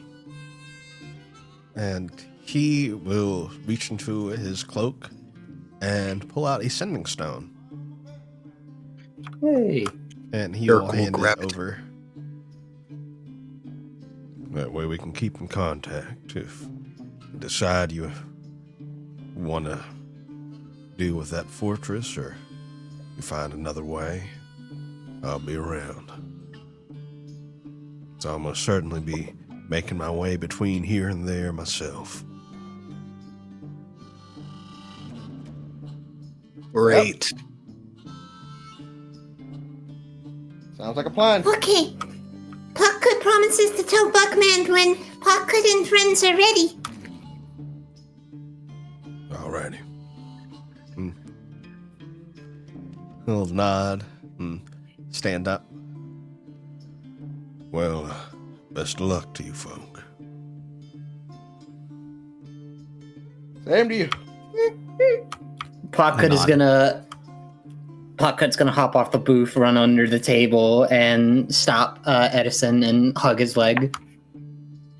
He'll stop and look down at you and give you a pat on the head. Thank you, Mr. Buckman. Not a problem, friend. And he'll tip his hat to you before he exits the saloon. This is the only little bit of hope Potcut has had, and it's just like, I don't want to take that away from him. Yeah, you guys are left at the booth in the saloon. Come on, we're going to Ogun's grandma. And Ogun, Hmm? Puck can help you more with Cheshire. Yeah, let's wait till after my grandma, after we talk with my grandma about that, okay? Oh, okay. Yeah, you guys head on over to Mama Sarah's. Yeah. Yeah, you guys make your way over and head in. Hey, Mama. Hi, Mama Sarah. Look up from the counter. Oh. Y'all, where have you all... Oh, you were watching the shop, weren't you? Yeah, it was a. Did you know that she was in some kind of witches coven thing? Oh, yeah, we're in it together.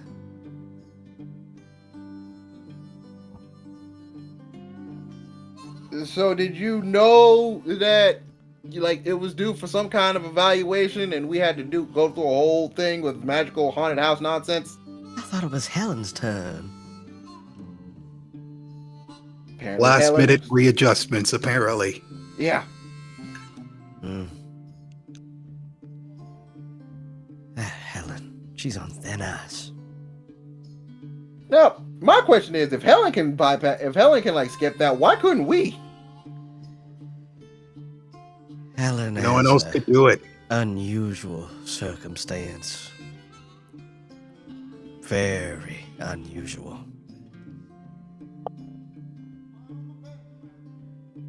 But, Fair enough. that aside, I did finish making what I promised.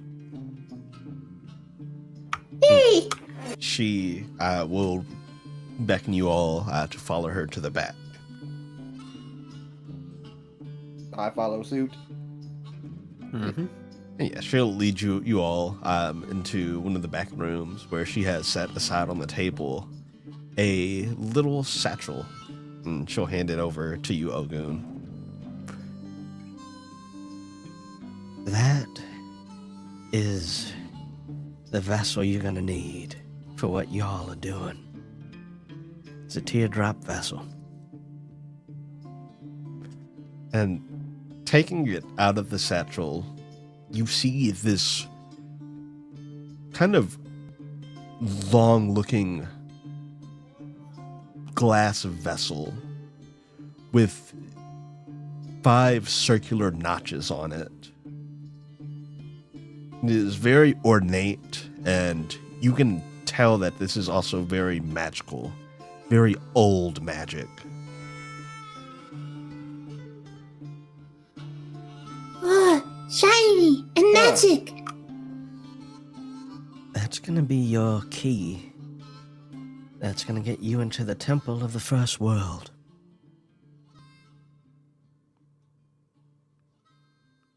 How We did need, Mama Sarah make this?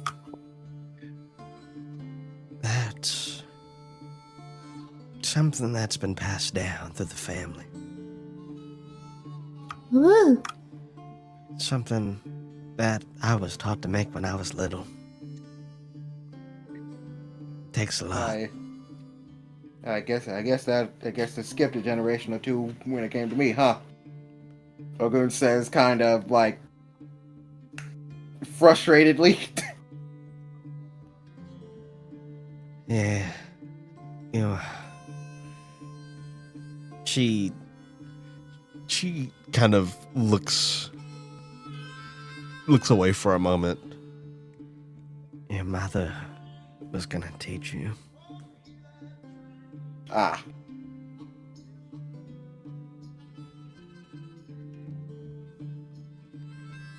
But it's on the topic of that. You all are trying to get the sun tree, right? Fruit from it. Yeah. Correct. It's not so simple as walking into this temple and finding the tree and grabbing the fruit. you're gonna find yourselves in a very strange place. And you're gonna need to fill that vessel. Because that vessel's the only thing that's gonna awaken that tree. This isn't gonna be like the ghost hell place with all the crazy rules and stuff. Not quite. It's somewhere old and, frankly, very dangerous. Well, if last night is any indication, we can kind of handle dangerous. Barely. Puck keeps getting braver and braver every day. I'm proud of you, baby. Thank you, Mama Sarah. You're gonna need to fill that vessel up with primeval essence. Huh? I'm sorry, you're gonna have to run that by me again. Did you say primeval? Mm-hmm. The things that live there are old, ancient. They aren't going to part with their essence easily. You're either gonna have to bargain with them or fight it out of them. Well, I'm good at bargaining. And points at Dirk, and he's good at fighting. So... Bargain fight.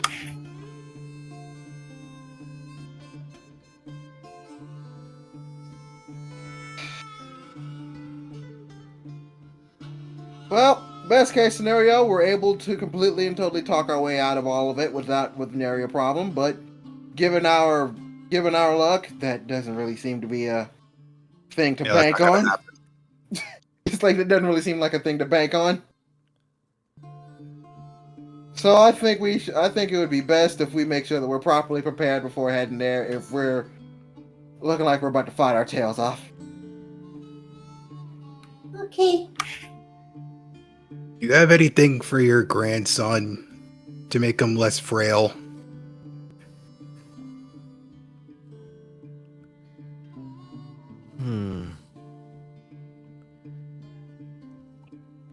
She thinks on it a moment.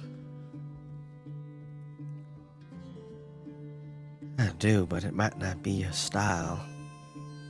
But it can help you. Oh.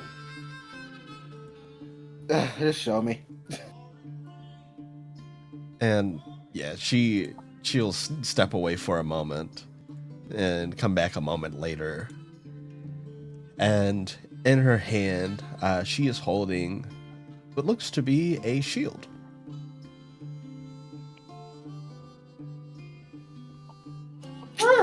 I don't think I have proficiency with shields. Well, the fun thing is, if you've got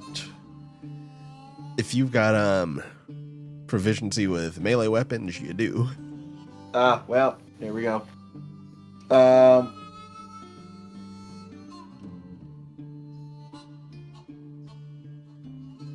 That's gonna be a lot for me to carry because it's gonna be this, it's gonna be the sword, it's gonna be my guns, it's like my gun. It's also gonna be my lantern. Well, that's the fun part.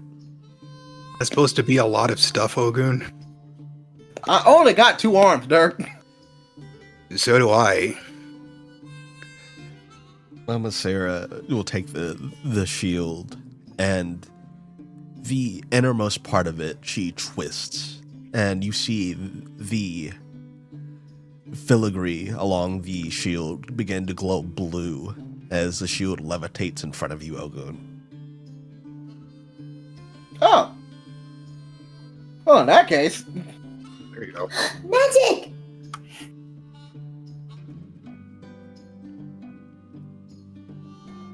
It was mostly just decorating the wall, so I don't see any harm in you taking it with you.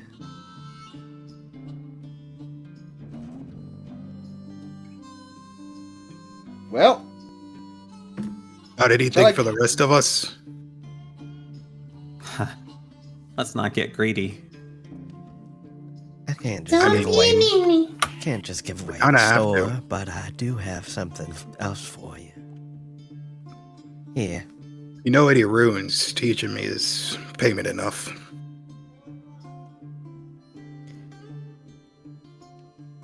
I know a couple. But come back alive first. I might have something ready for you.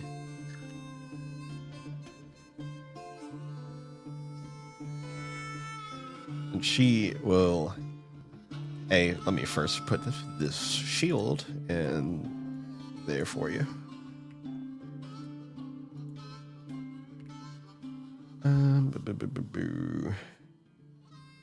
Yes, she gave you an animated shield.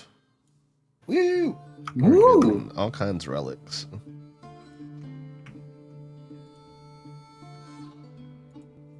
There we go.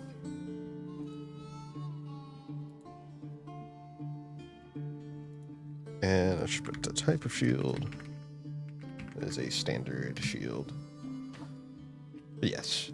So the animated shield, it has the floating and loyalty properties. It hovers around the bonded entity and allows them to benefit from having a shield without needing to use their hand to hold it. It can also be thrown at a target within 30 feet that you can see. So it also technically counts as a ranged weapon. Okay. Indeed. Interesting.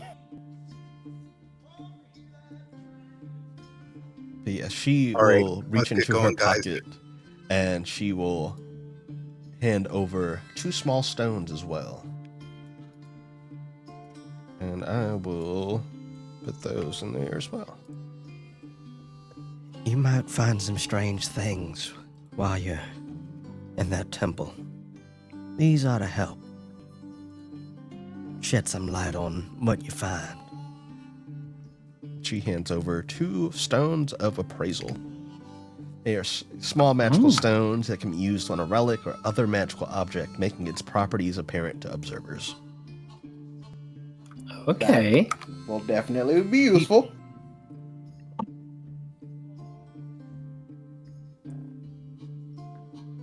Can Pocket have one? I don't see why not. Better keep it safe, These- pocket. Don't misplace it. Pocket promises. He's gonna hide it in his cloak.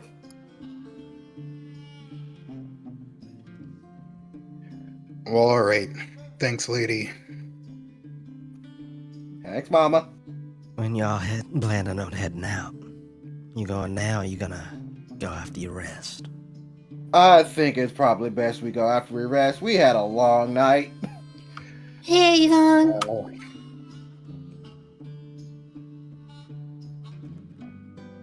Oh, you're free to stay here if you want to. Yay!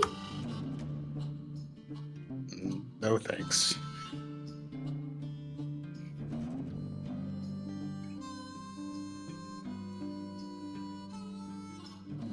Well, before I forget, more or take less. this too. Oh, Yep. And she will reach into her pocket and hand over what looks to be a very ornate piece of parchment. It is blank, but seems to shimmer ever so faintly with a kind of gold dust. That's going to be your guide when you get there. When you get to where you're going, that'll become a map. That Oh, goes immediately into the bag of holding. In fact, everything Ogun was given, including the shield, immediately goes into the bag of holding. And now we'll put that in there as well.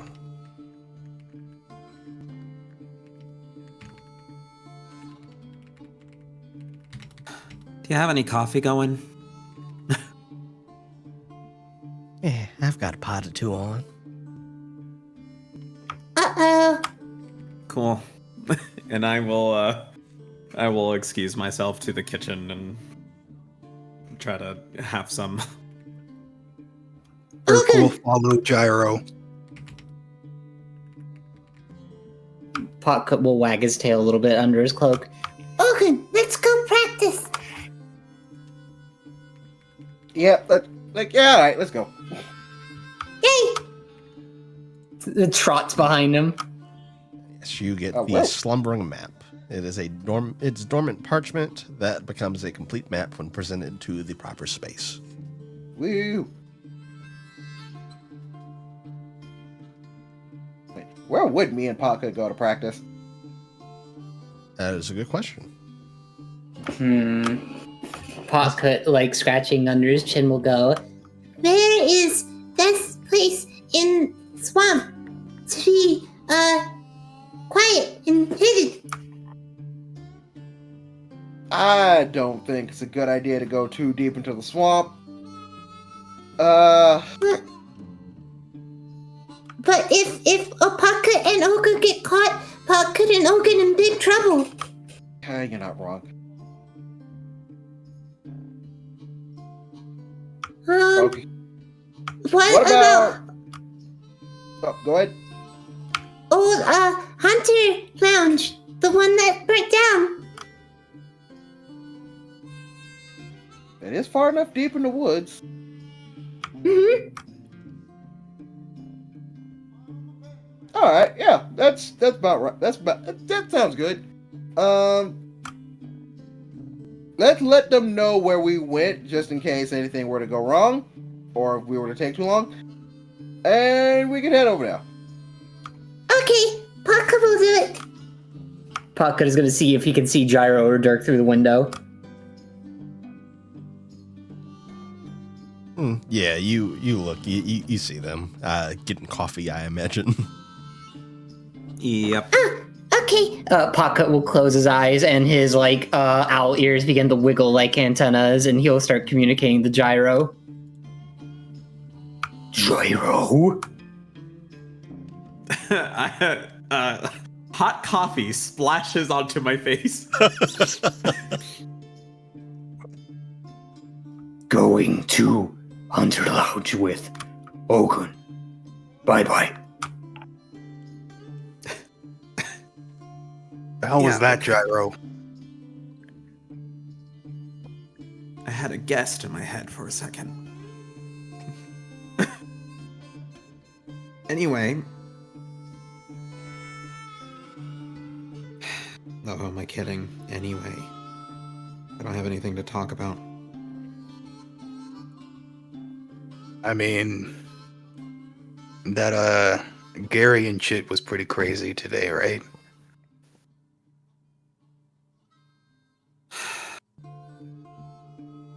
Jixus? Why did any fates give a shit about any of us? Really? Well, I mean, I'm pretty cool. Oh.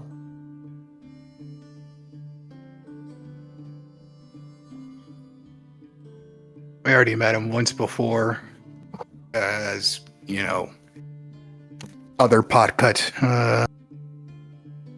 told you.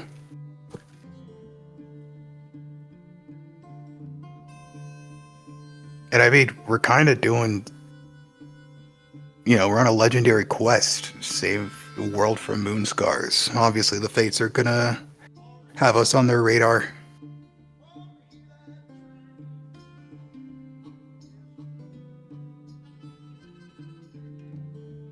Just a long, drawn-out slurp of coffee.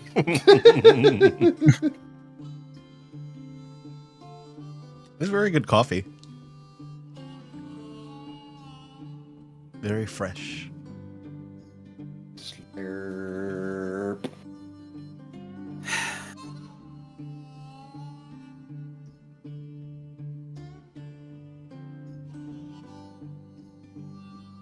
So, what were you perusing the library for? What? Oh, come on. Gyro, you know I could barely read. I Or give even you think- the all-knowing look.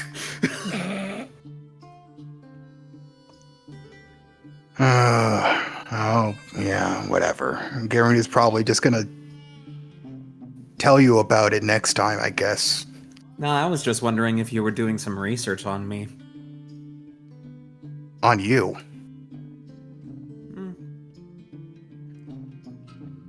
Or all the stuff I've done. Are you famous enough to make it into books? I'm not, but the Roots of the Rose are.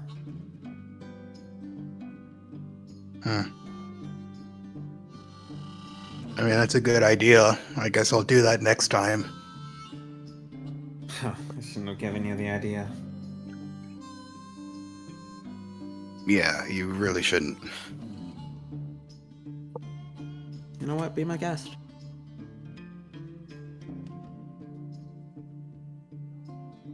I look if there's like a cookie jar. I'll have a cookie from the cookie jar. Yeah, there's some butter cookies. Whoa. Dirk will take a cookie as well. They're crunchy at the edges and soft in the middle.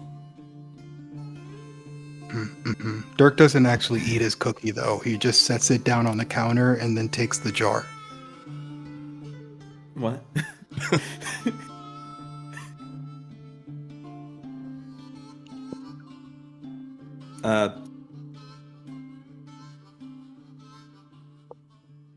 I shake my head and just continue slurping my coffee and eating the butter cookie in turn. Dirk grabs handfuls of cookies and eats them. They're very good.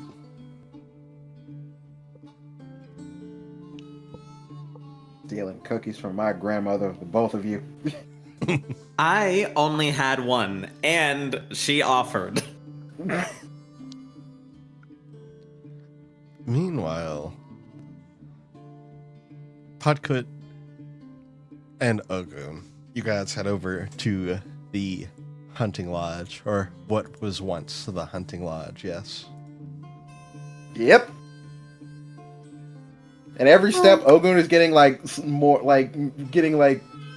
visibly more and more like, not so much nervous, just like, okay, what am I about to learn with this kid about how to have a better relationship with my shadow demon? Podkut will look over his shoulder after like doing a little bit of skips and trots and go, What's wrong? Nothing really. It's just, No, back in the house, I did hold a bit of a conversation with Cheshire. Really? What did Cheshire say? Well, we kind of just came to a mutual understanding about my lack of trust in him and a reestablishment of our relationship moving forward. Podkut will gently sit down on like a patch of grass and pull out his like journal and just say, Why could not trust Cheshire? Well, even though he's basically like my family's, guardian, I've always been taught growing up to never so much take a demon at their word. And I always have to stay on guard with them and make sure that, like, no matter what I do, I don't get taken advantage of. So I always just took that to mean, keep whatever relationship I needed to have with Cheshire surface level. like giving a diagnosis, he starts squinting his eyes at Ogun, leaning forward. What are you doing there? Cheshire! As you say his name, Cheshire just shoots up like directly in front of me. Podkut Not will behind wave me, at them. like not even behind me, like directly in front of me, blocking my view. Podkut will wave at them. Hi, Cheshire. They smile wide and nod at you. Ogun, has Cheshire ever done mean things to you?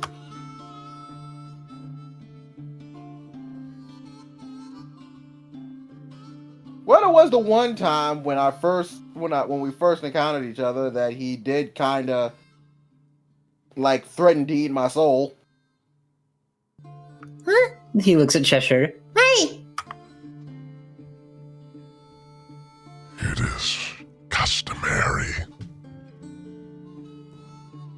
No hard feelings. Can I roll to see if that's customary or not? Sure. Make a lore check. That's a 7 under 15. No. You're not quite sure. At least with Nalka, that doesn't seem to be the case, but maybe it is, and with the type of demon that Cheshire is.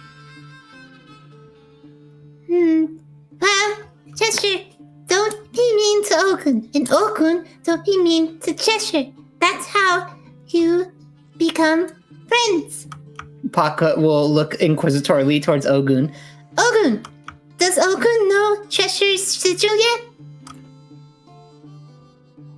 I'm gonna be honest, I didn't even know he had one. He never really brought it up to me. Okay. So, Ogun and Cheshire are friends, but not best friends. Got it. He starts scribbling.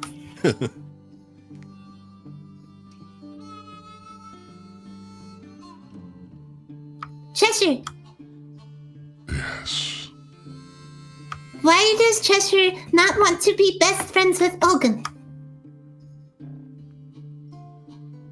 I believe we've only just started to open up to one another. Ooh, okay. And Ogun, why does Ogun not want to be best friends with Cheshire? Echoing pretty much the exact same thing. It's just like, I mean, like he said, we just really recently established our new partnership, so we're still in the process of relearning each other, as it were. Okay. Potcut shuts his journal. Well, Puckcut knows this. He starts pacing around as if he is an instructor. Puckcut remembers when Puckcut and Naka talked to each other, and when Puckcut got magic for first time. Puckcut was talking to Naka, and Naka was talking to Puckcut.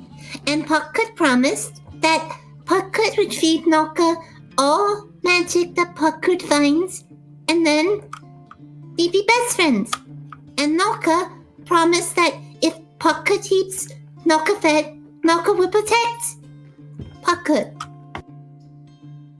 And then Naka showed Puckcut's sigil. Well, our first meeting was a bit similar to that, but in certain ways different. Puckcut. Oh, go ahead. No, you can finish. It's like it wasn't even so much that I offered to feed him magic. More so, I just said, take all the magic I have, and in exchange, you help me. In exchange, basically, you help me, avenge my parents. Oh, What happens after? After? Puckcut looks at Cheshire too. I don't know. Didn't really think that far. This is important. You help me seek my vengeance.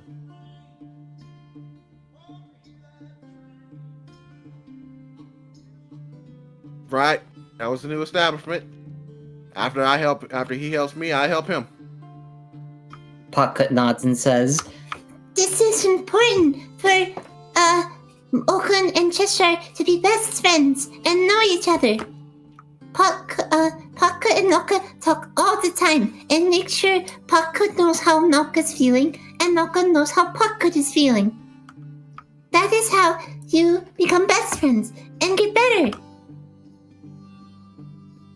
Well, see, that's the interesting thing. He always knows how I'm feeling and thinking because, for all intents and purposes, he's technically also in my head. Not fair. Cheshire. Yes. How does Cheshire feel about Ogun? We are two parts of a whole. Then why Cheshire not give Ogun symbol or sigil? I am attached at the hip. It would serve little purpose. Can I do the equivalent of like an insight check for that? Yeah, make a vibe check. Vibe it up. Oh my god, I rolled another 7 under a 13. Dang. Actually, you know what? I'm gonna do the same thing. I'm gonna also roll a vibe check. I'm just like, because like this is the first time I've even heard about a sigil like when it came to him. So let me just see like what that's supposed to. That's a 13 under a 14. You're not quite sure. I mean, from what you've been able to gather, I mean, it isn't a lie. He is attached at the hip. Yeah. I mean, I think, realistically speaking, like, we are the closest we can possibly be to each other. Well, Potcut gets on his knees and starts using his claw to draw in the ground. Noka taught this to Potcut long ago. Noka told Potcut that if Noka ever needs to find Potcut or Potcut is in bad trouble, Potcut makes Noka's sigil on ground. Noka said something about Noka's symbol having real name on it. Potcut doesn't know Noka's real name, but in Noka's sigil, it has Noka's real name. Can I look at that sigil and see if I can, like, discern what Nauka's real name is? Potcut is not drawing Nalka's sigil, but he's drawing what looks like 2 circles and then what seems like a cross between them. And he continues explaining and says, Look, this is sigil. This is how sigil starts. Every demon Potcut learned from Nalka, and Nalka tell Potcut that every demon has sigil. And no sigil is same as other demon sigil. Okay, that does make sense at the very least. That is correct. Potcut will draw Nalka's sigil onto the floor and say, This is Nalka's sigil. but he quickly rubs the dirt away to hide and says, But Hoku can learn. Right, with the little bit that I saw, can I roll to see if I can figure out? Sure. I would say it's definitely hindered. But Yeah, go I ahead and make figured. me a lore check.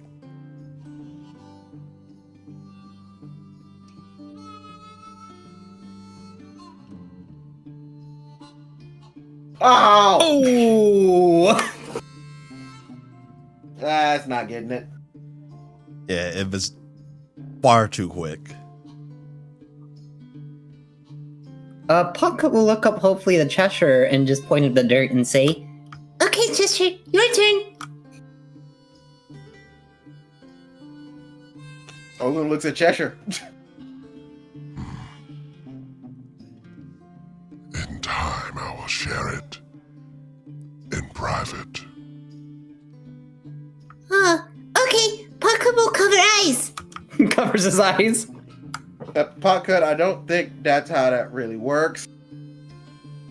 Oh, I think and Ogun just spitballing, just goes, I think for something as intimate as our relationship, going towards him revealing his sigil to me is taking it a step beyond that is pretty much akin to something that me and him have to discuss solo.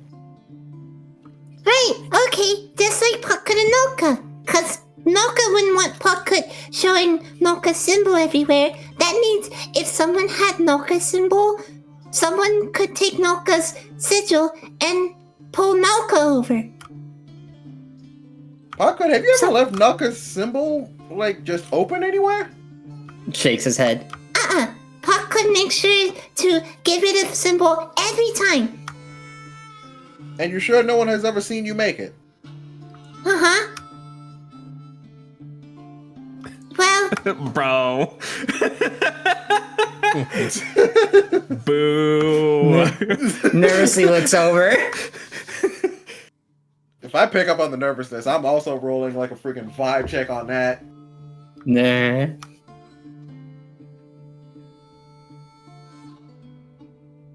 Yep, nothing doing. That's ridiculous. Pocket will think and say, There was, one time, in Swampland when we fought, Scarnewton.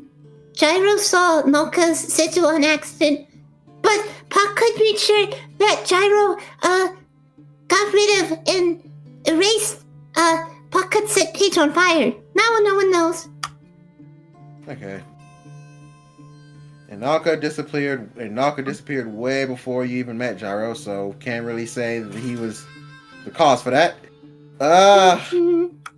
Pocket wishes that Pocket could use Noka's symbol to get Noka here, because Noka told Pocket that Sigil can summon.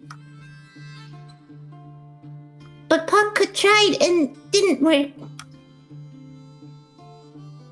Maybe it's not so much a matter of it didn't work, and more so a matter of, you just needed a stronger catalyst. Oh, maybe Pocket's tried many things. Magic, magic potions, Pocket's, blood, even magic people.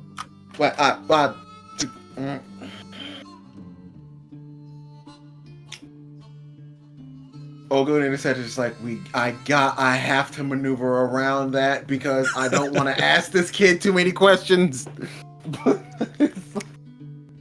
Is Ogun aware that Gyro is the only other person that knows? He is now. Well, or did know, rather.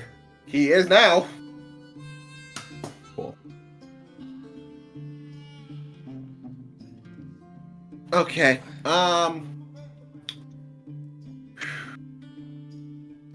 I genuinely don't know what could be a stronger catalyst than what you already used.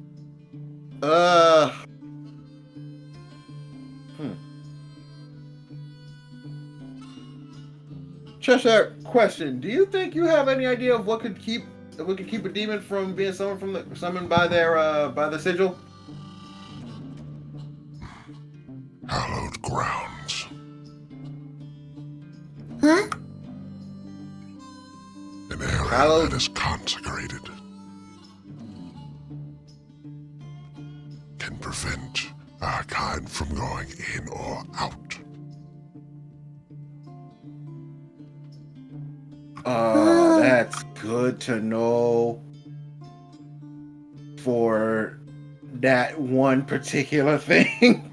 Because it's just like, oh, that just made me realize if that were to be the case, Ogun in character, thinks, oh, that's good to know, because if I'm not able to have Cheshire with me during any of the sneaking missions, I'm screwed.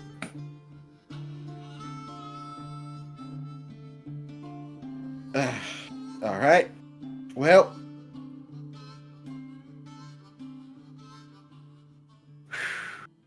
That means that he's definitely captured.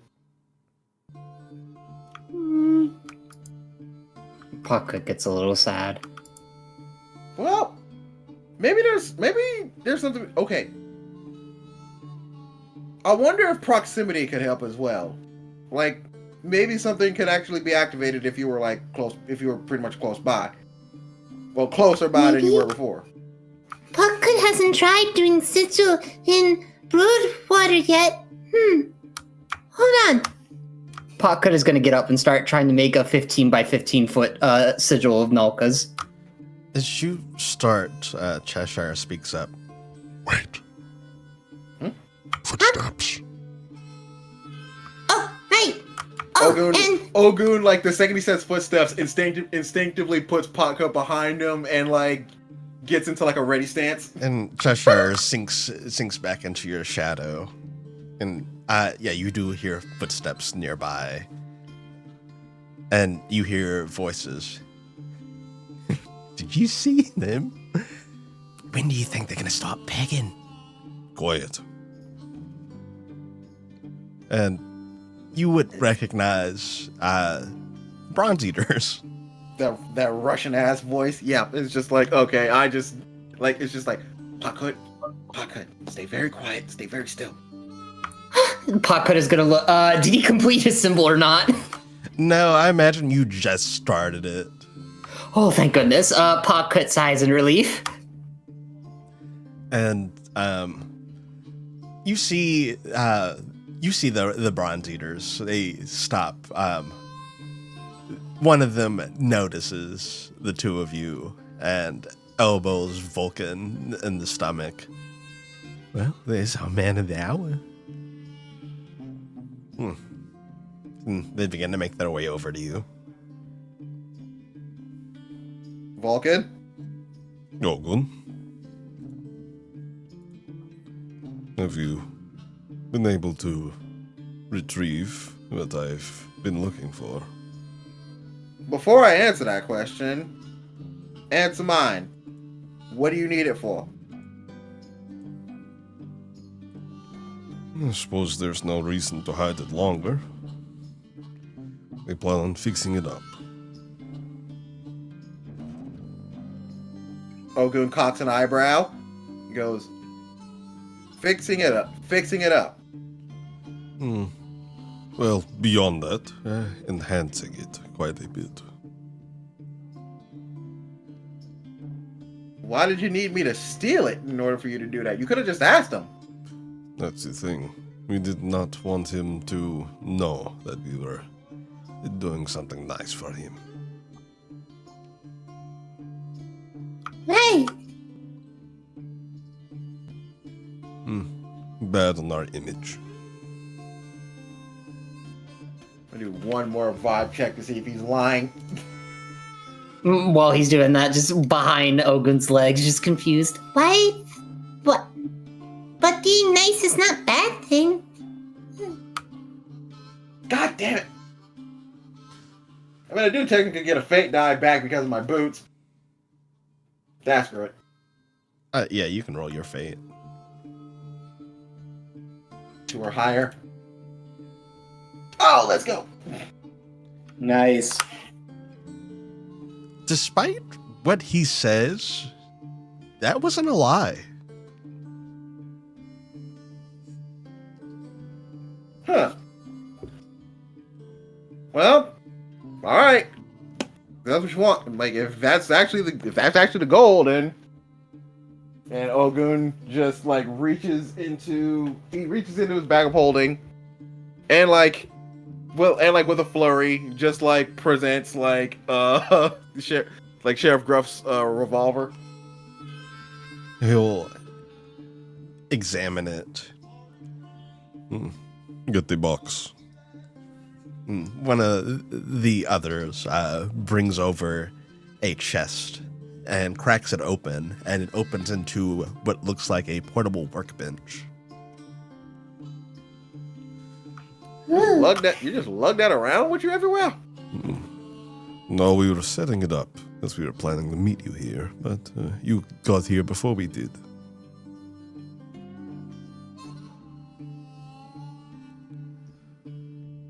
But you got what we were after, so I'll tell you what I know.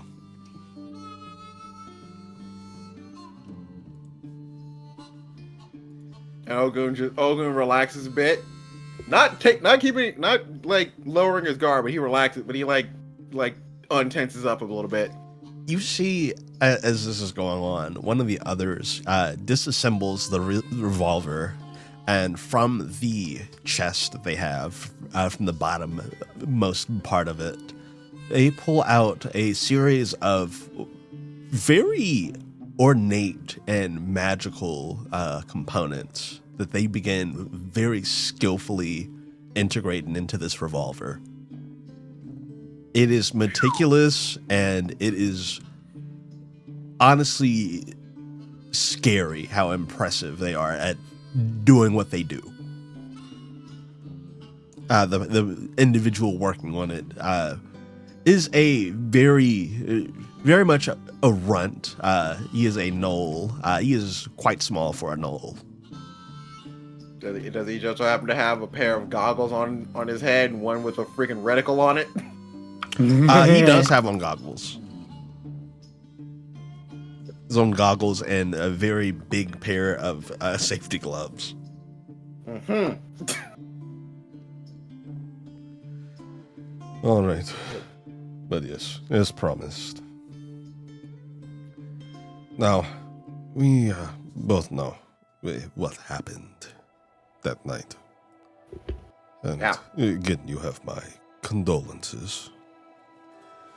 But I would be remiss to not relay that the person that did it is someone who used to run in our circles. Is that right? Indeed. Erebus Blackmire is the man you are looking for.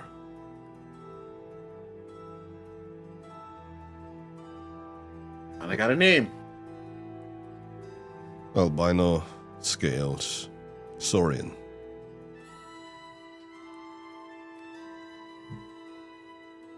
He was after something very particular, something he obsessed over. Yeah, I know. When he was busting into my house, he was demanding that my parents hand something over, but they never gave it. But they never gave anything up. Kept saying over and over again they didn't know what he was talking about. That is the thing. He got what he was after he killed them. And what he was after is a wish stone.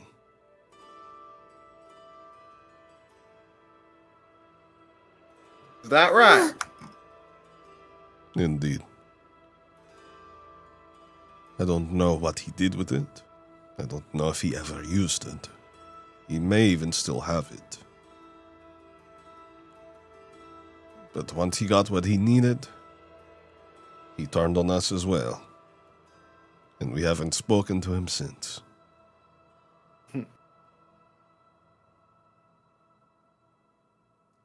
We were just a means of getting closer to what he was after.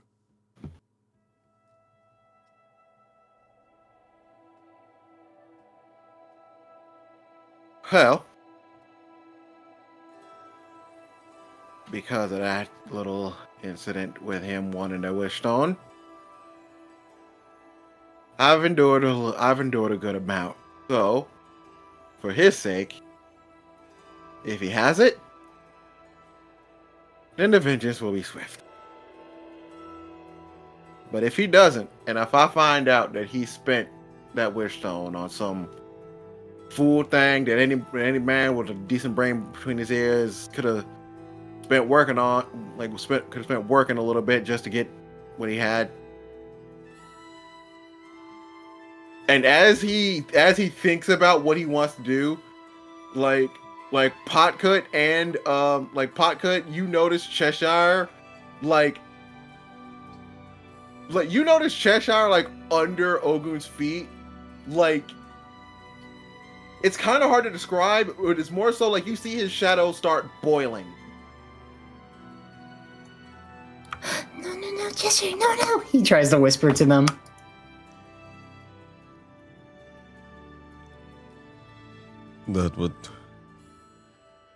He would not spend it on something foolish.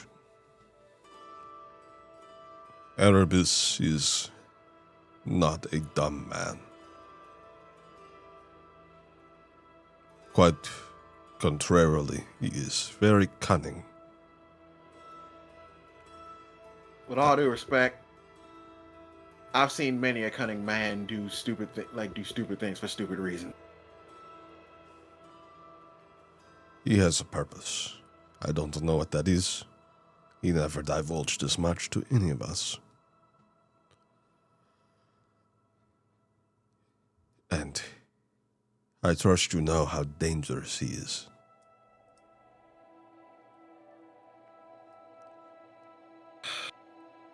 I hate to Deeply bring up familiar. bad memories, but he killed your parents with one bullet. Both of them. That is not something your average man does. All without batting an eye.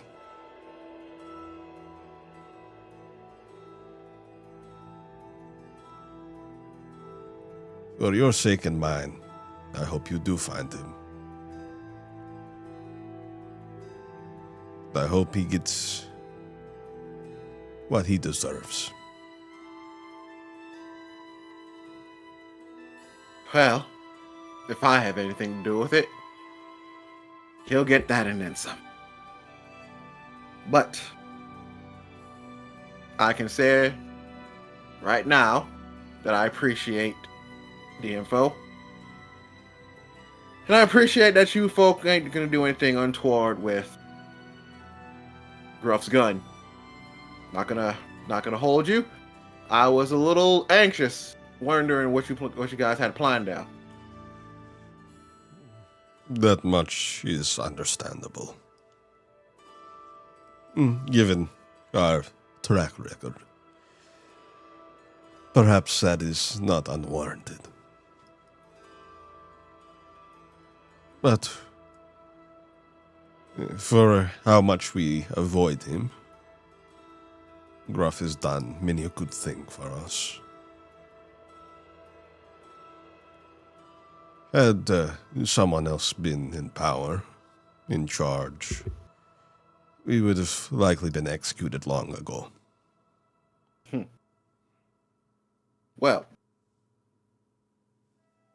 since we're doing favors for one another, and we're doing things for the best interests of not just the town, but for Gruff as well, how about you aid me in a little venture that will make sure that the lot of us, me included, maintain Gruff's position as best we can. He narrows his eyes a bit at that. What did you have in mind?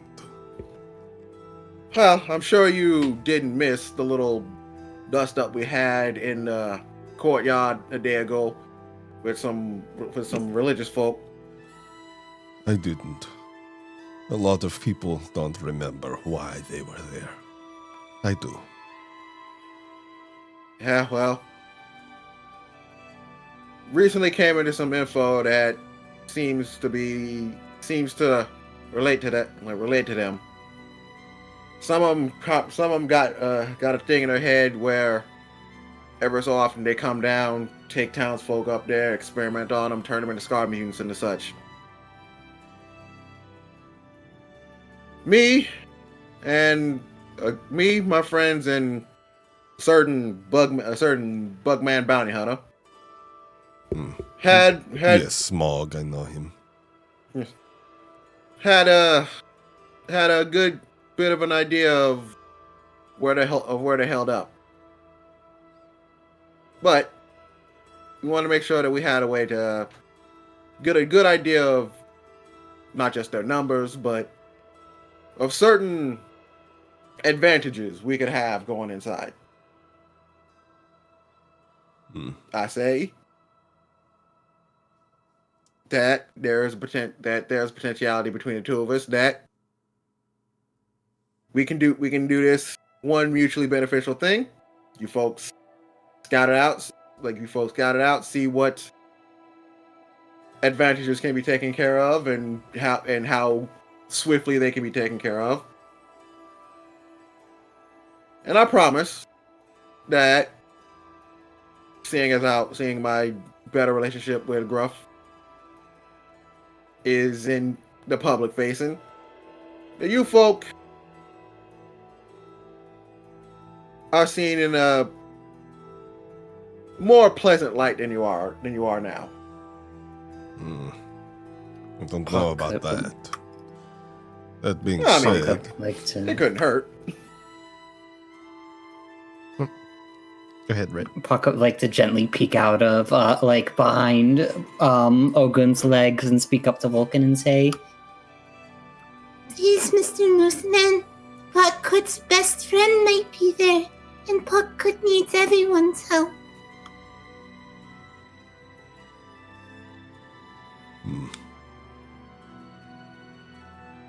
I will on the one condition. Not a word of this kindness to you and that to Gruff to anyone. Okay, he'll try to be brave and step next to Ogun and then in front of him and hold out his pinky. Claus promise?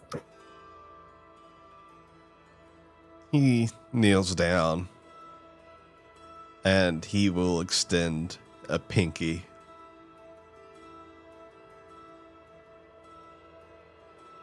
His pinky is probably bigger than your hand.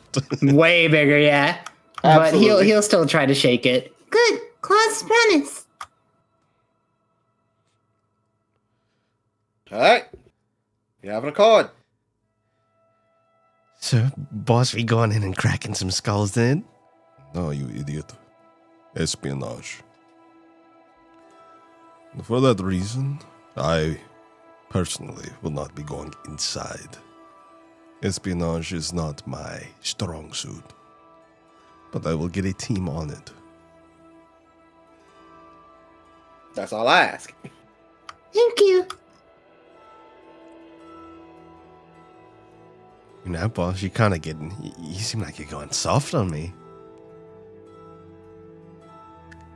I will break your skull.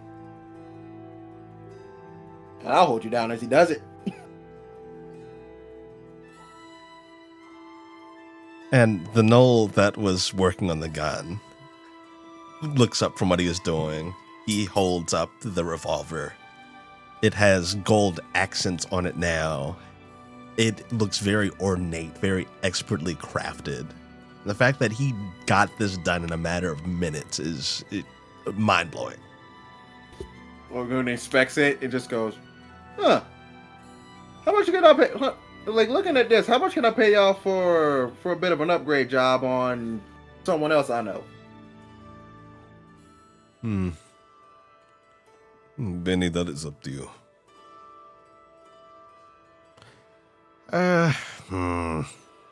Bring me the materials and I'll do it for free.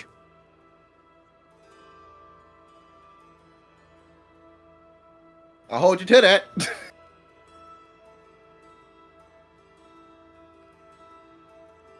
Observe. And he'll take the revolver and he'll aim at like a dead tree that's nearby and fire it. And rather than a bullet coming out, there is a blast of energy that's concentrated that fires out and fires a hole through that tree. A very clean hole.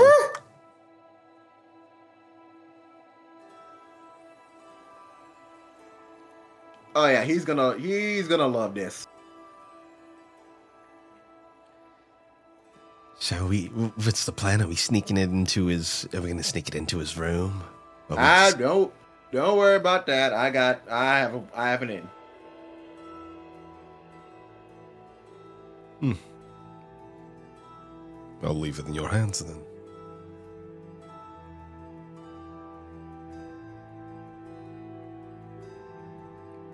All right.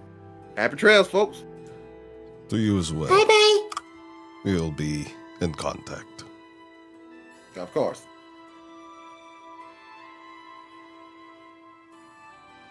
Well, Boys, let's go. We stop by. You think they're fucking? What is your obsession? Fucking God.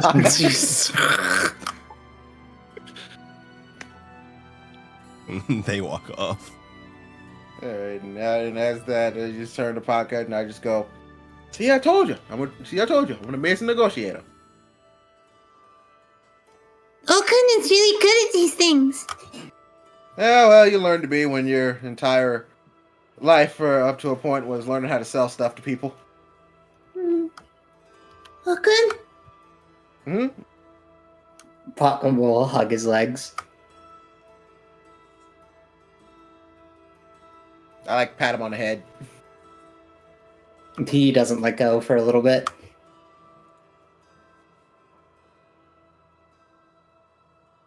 You okay? You okay, kid? Okun is sorry. Okun doesn't have Mama and Papa.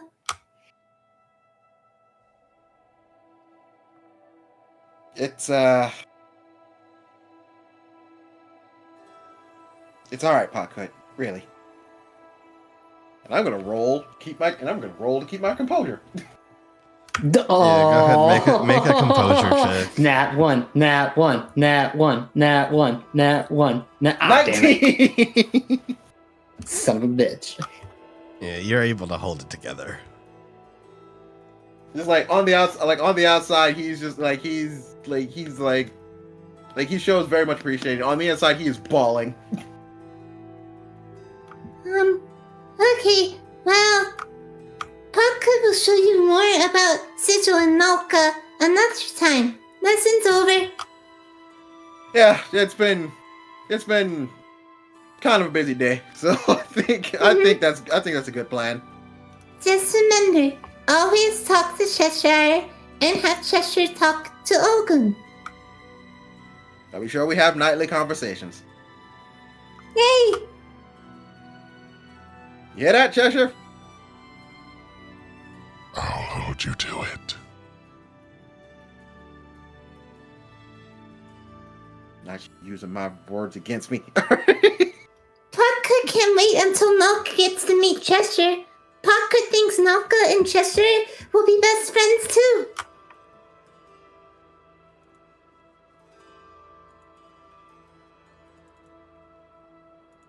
I'm sure they'll get along great.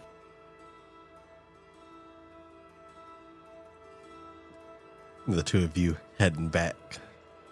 Yep. You two head on back. What have Dirk and Gyro been up to? You know what? I'm probably still drinking coffee, actually. I am very tired after everything that has happened, and I'm just trying not to fall asleep where I stand. You Dirk go for another left cup. a long time ago. You go for another cup of coffee, and Lucian puts a hand on your shoulder. Are you all right?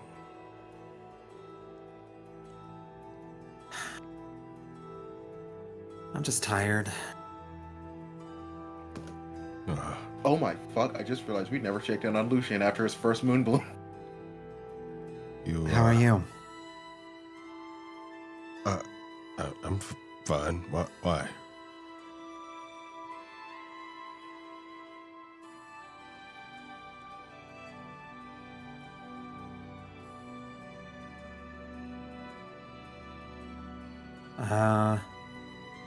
Did it wind up blooming last night?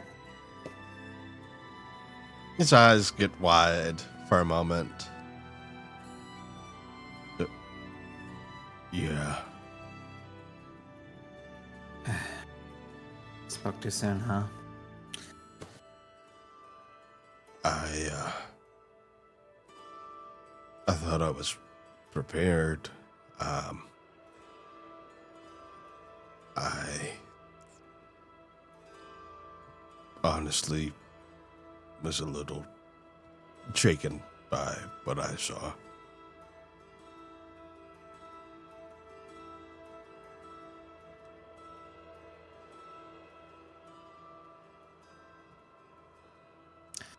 does that, doesn't it?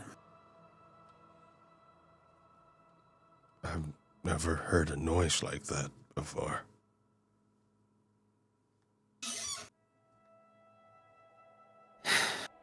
We have been hearing it here in Stromhallen for about the past 10 years. I guess you get used to it.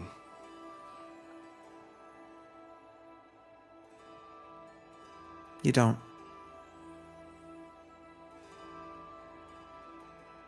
I guess that was just wishful thinking.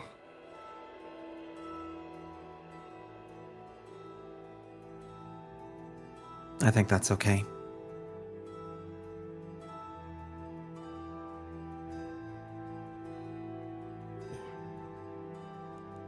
How did it make you feel? Small.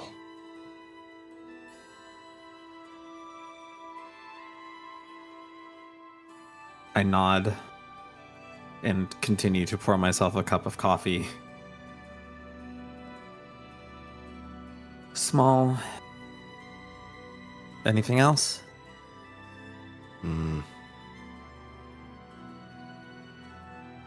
Kind of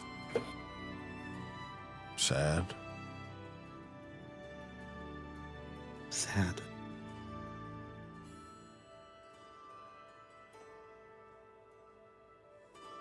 Yeah.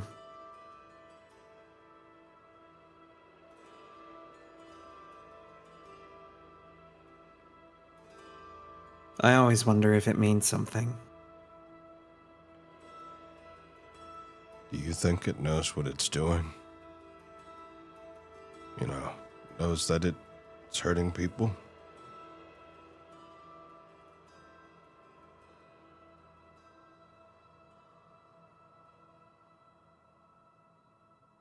I wish I knew. And I take a long sip of coffee again.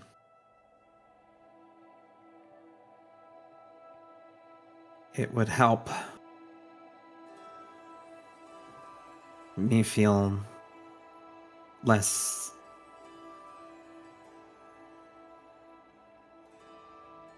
angry at it, I guess.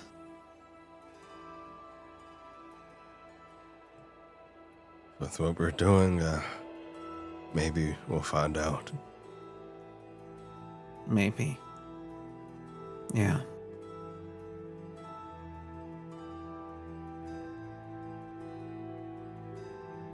I'm not sure how things will go, but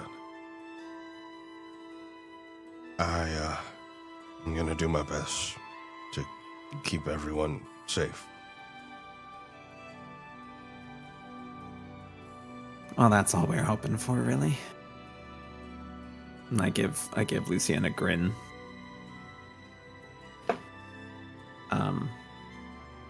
Even Lucian at this point can tell that I don't have the energy right now to keep up my usual, well, what he would know as relatively chipper personality. And that, as a result, he is starting to see through the cracks of where I'm not trying to be Gyro right now either.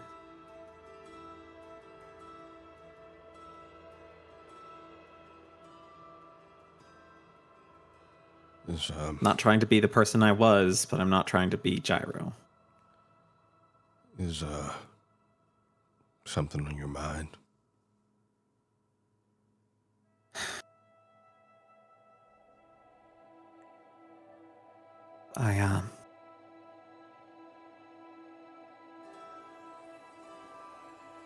I kind of got a scary message the other night. I might need to head home soon. Is someone in trouble? A long sip of coffee. You could say that.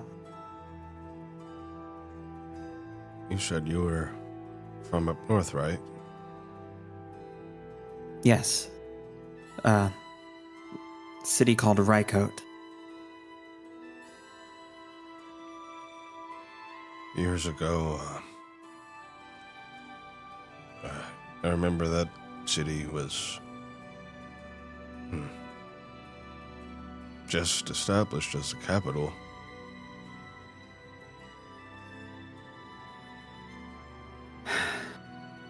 That long, huh? Mm-hmm.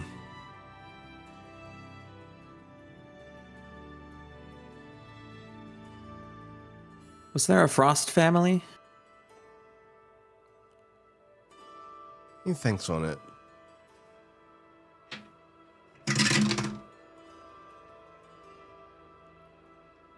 That sounds familiar. Jotun?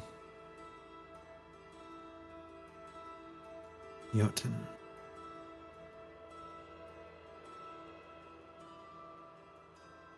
Referring to their You think- ancestries. Yeah. I was like, you think I would know a little bit more about the city I was born and raised. It's a sprawling place now. Or at least that's how I always thought of it. It was even pretty big back then. Really? Mm-hmm. They rebuilt it a couple of times.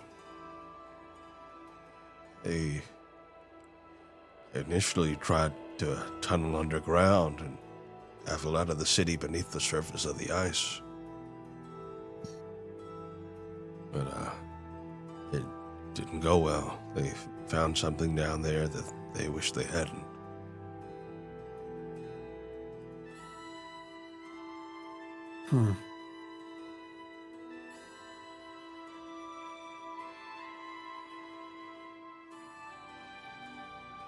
Something they wish they hadn't. Never really found out what. Guess it's one of life's mysteries.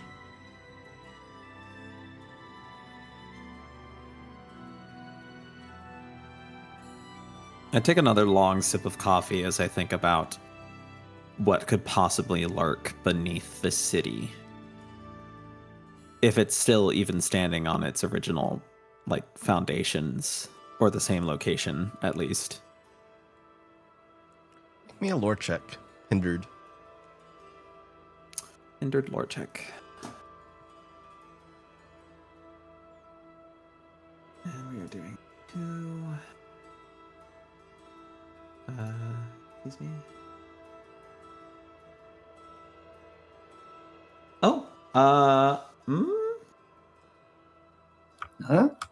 It says, I rolled a 10. It said 12. Sorry. Hold on. Let me check. Oh. Lore check. Hindered. Yeah. You know what? I'm going to try to spend a fate die. It's not very likely. It's literally a 25% chance it works. And I made it. Hey! Something Let's fucking go. that lurks beneath the ice. Something they found that they wish they hadn't. You think about it. Oh, I might actually know about this. Because of my position. Indeed. You think on it. And you remember hearing about the wind of the north. The biting wind of the north. You know that this is an ancient dragon. One that was awoken from its slumber. And one very vengeful.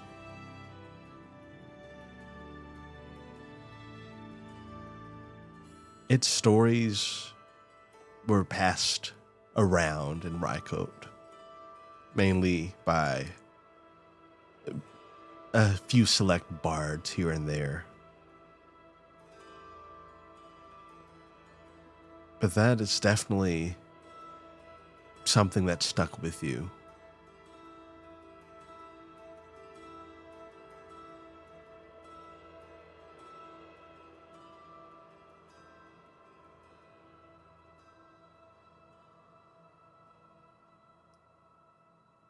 I look at Lucien and I'm like, I swirl my coffee mug a couple times trying to assess whether or not I want to tell him what I've just remembered. He pours himself a cup of coffee and sips on it.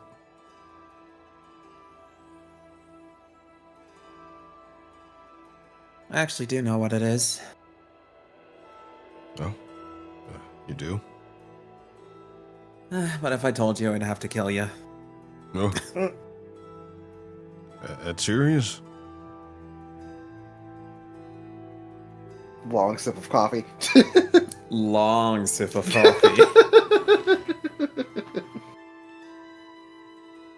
He takes the most gingerly sip of coffee. Eyes still wide.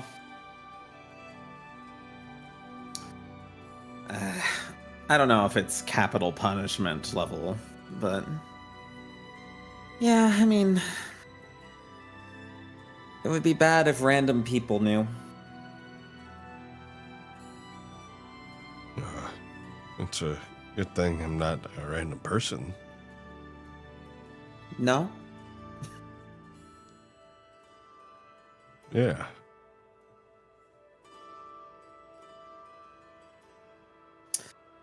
Oh.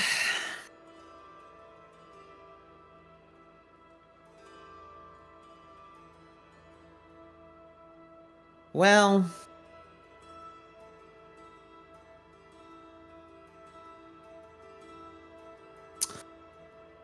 It's not so fun to be built on top of a dragon's nest. Oh. I've always wanted to hunt a dragon. Stick with us. With us, I guarantee you it'll happen. Well, it turns out we kind of need to. If we can't have it get along with us instead. Really? We need a dragon heart for our purposes. Oh, it sounds like we might need to hunt a dragon.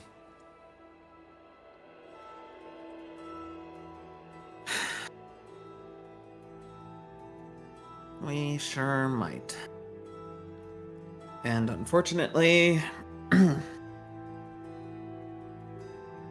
that one is off limits. Yeah.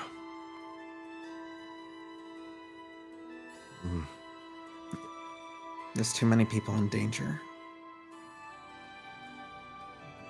When I was growing up,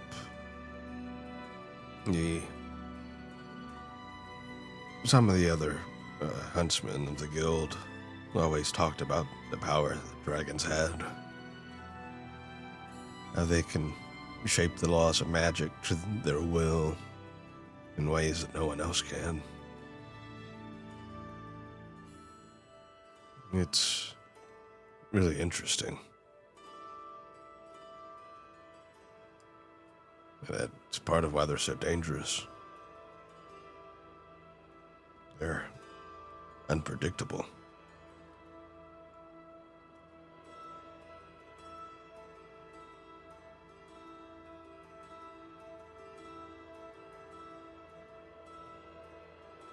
I take another long sip of coffee and then find that I'm at the bottom of my cup already.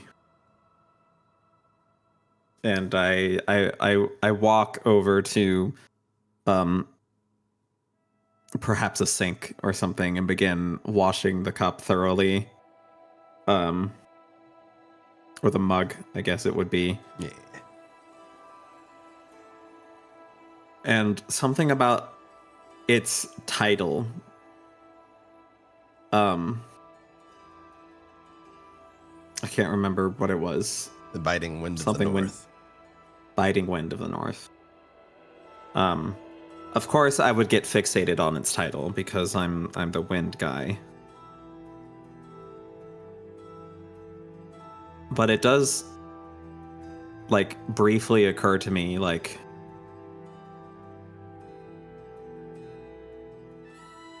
could I do that?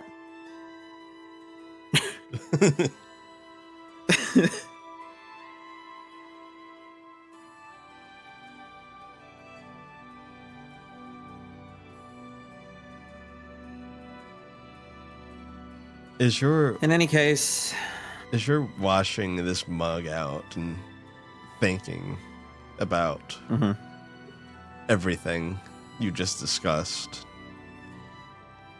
through the window on the windowsill in front of the sink, you see perched there is Jet.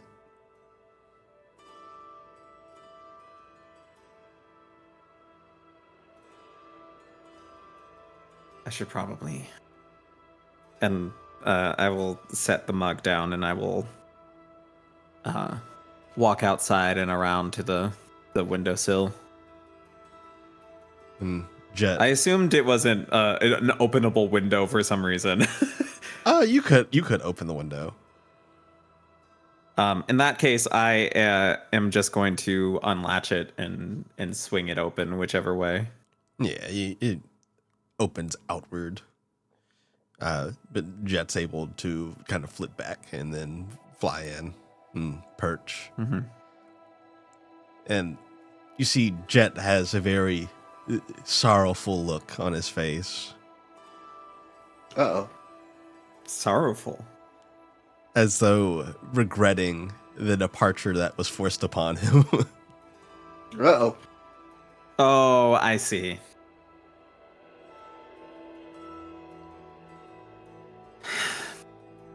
I recognize that, and this is bad for birds, but I'm gonna do it anyway. I take a piece of a cookie that Dirk had set aside earlier and didn't eat for whatever reason, and I break it into a couple of crumb-sized pieces and offer them in my hand to Jet, and I'm just like, it wasn't your fault, buddy. Jet happily takes the crumbs. Just looks happy to be back with you.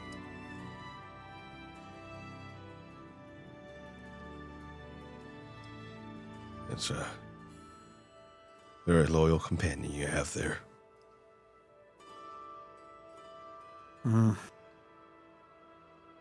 If the rune breaks again, I'm worried that it won't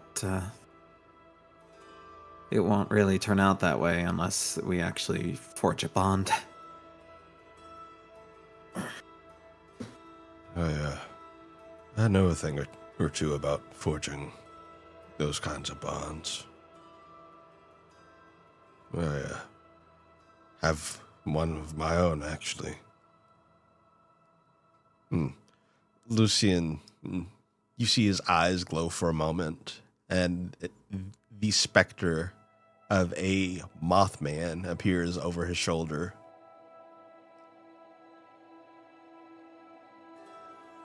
Oh.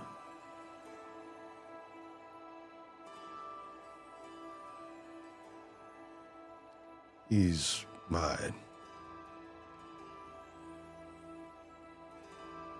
Mothman.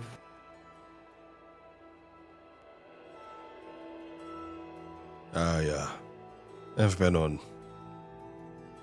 more hunting expeditions than I can count.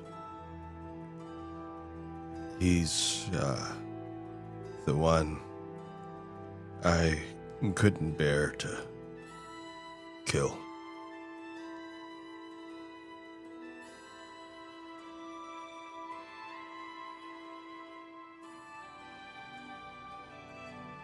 Something about the phrasing of that. catches my attention.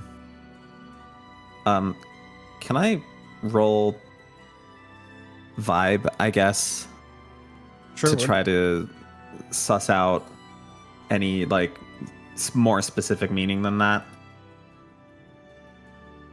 Sure. And I pass it exactly. You get the sense that it came down to finishing off this Mothman and their hunting expedition, and Lucian couldn't bring himself to do it. There was a heavy feeling of guilt you felt there.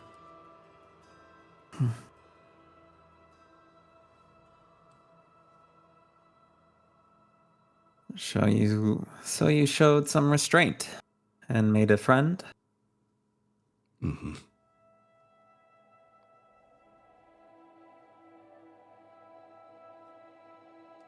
My bond with Jet right now is mostly at the hands of a inscribed coaster.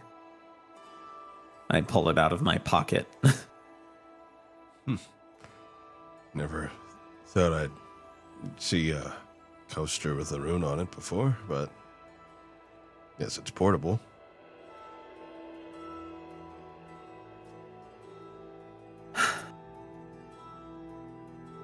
And I'm certain you've guessed, but Dirk can be a little volatile. Mhm. And so, the last time this faded, it was because I had upset him. And forging a bond proper with Jet might not be a bad idea. I'd be happy to help you with that.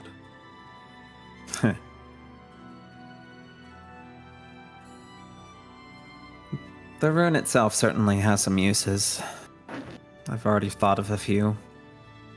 But Jet looks like he felt bad about it. Yeah. I can tell that Jet missed you.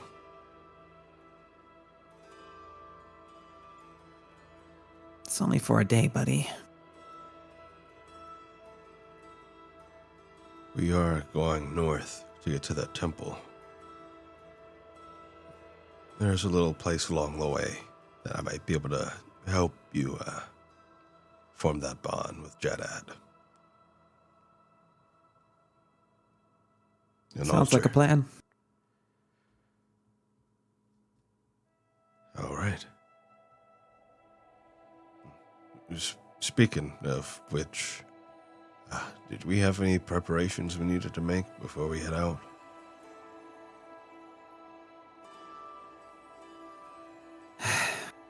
I hate to admit it, but I think I need to reinforce my armor a little bit. I can't do too much, otherwise it gets too heavy, but...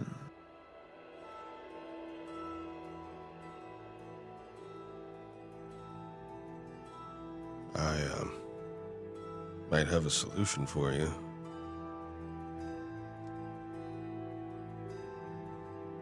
And I'd look at him inquisitively. I had planned on using it myself, but I want you to have it. Whatever it is, I couldn't possibly. I begin. And he will hand over a runic whetstone. Oh. We got paid for looking after that shop. And when I was walking Blinky, I stopped by the country store. He had one of these on sale, so I figured, why not? And well, after what you endured in that shop, I think it'd be better with you.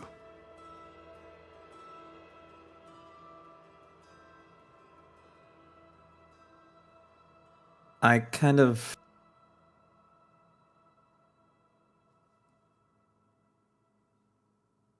Yeah, I stare at him with my mouth just slightly agape. And I look down at the runic whetstone. And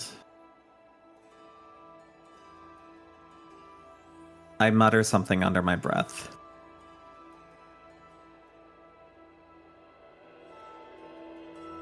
And I am going to roll... I don't know. I guess sneak would be it. Yeah. If I'm trying not to be too loud.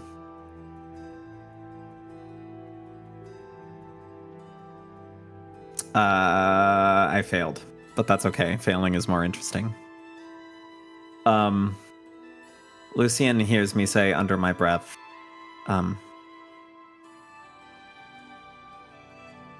you're all far too kind to me.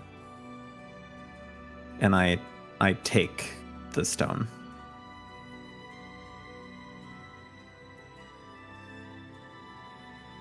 He smiles as you take the stone.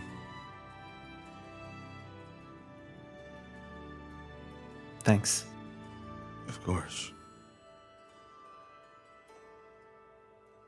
And I'd say by this point, Ogun and Potkut are arriving back. But before we do that, Dirk, where'd you go off to? Dirk wanted to find his date.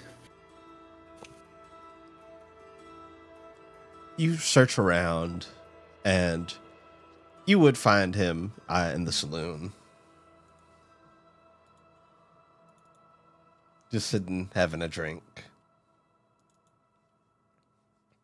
Sits beside him and flags down the bartender for a drink of his own. Bartender will come over. Yeah, what can I get you? Just the usual. She'll nod.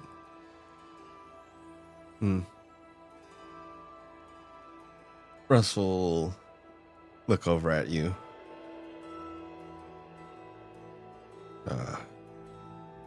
I thought you wanted me to run off. I mean, yeah. That was a disaster.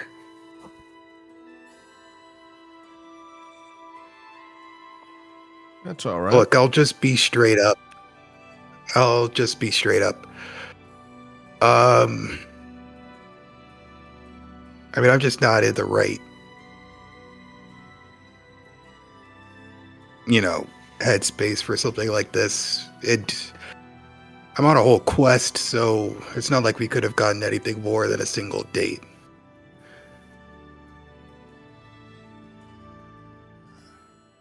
I understand. What?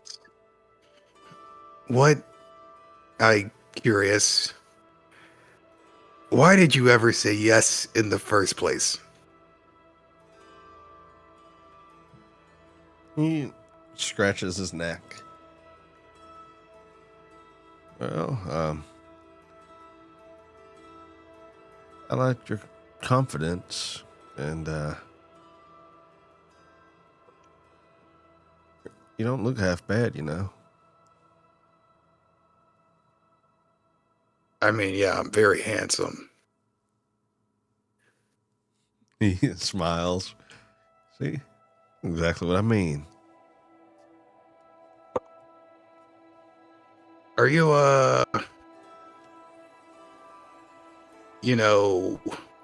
into those kinds of things?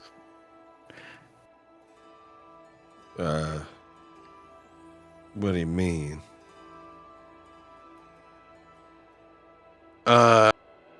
Dirk is sort of like gestures at the brown smog that is falling around him. Not quite. But I'm not really a stranger to smells, I guess. I work on a farm. Doesn't bother me. Why is everybody and their mother suddenly, like, so many people are, like, just not affected by stink anymore? It's pissing me off.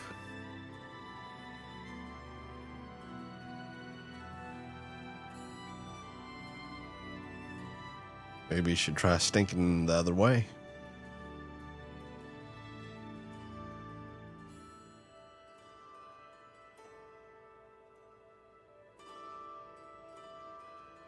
I, kind of have a crush on somebody else, I think.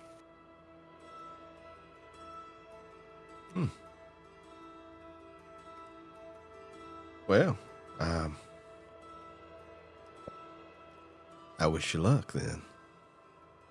Not that you'll need it. Yeah. He's, a lot younger than me.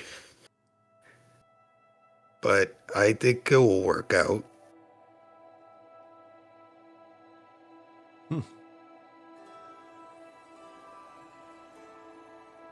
I'm sure it will. And look, I know things didn't quite go the best, but no hard feelings for me. Yeah, good.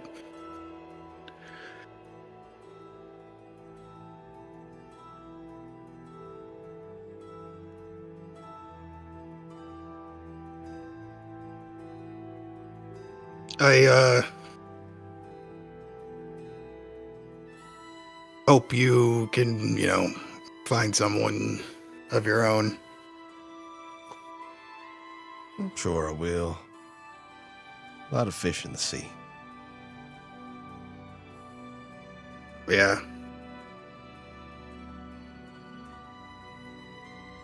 Well, I mean, yeah, that's all I really needed to talk to you about. Good luck out there, champ. You too. Reach out for a handshake. Dirk will shake the hand. Yeah. He'll nod and go his separate ways.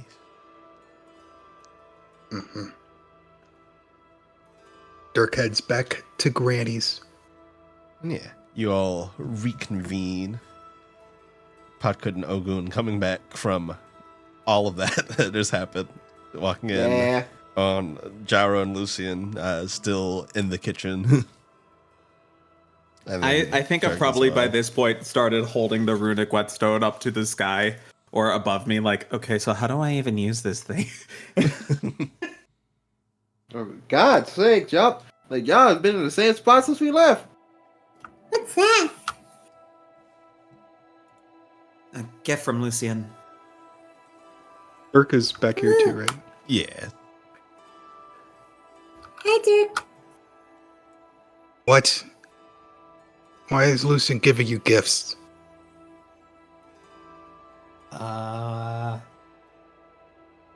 Because he thought I needed it?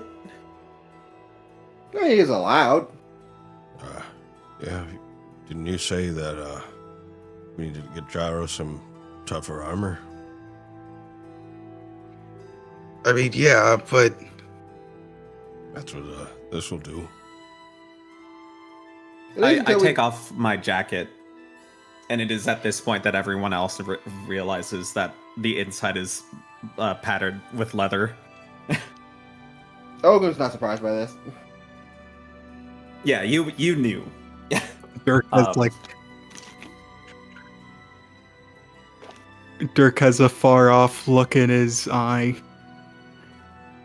He's sort of like absent-mindedly crossing his arms, a little upset. I mean, at the very least, it'll tide you over until we can get to those dwarves that that one person was talking about.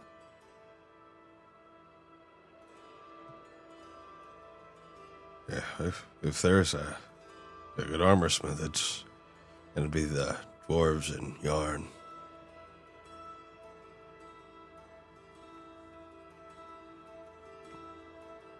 Yeah, I mean, I guess so. Are we sleeping here at Granny's, or are we getting rooms at the tavern? I mean, we Just already resting have. for a bit, yeah. Yeah, Like, we're it's still mostly morning. just. Yeah, it's We're mostly just. pretty early. We're mostly Pop just like could- resting for the time being. Puck will gently hold some of Dirk's leg and say, Puck doesn't mind sleepover.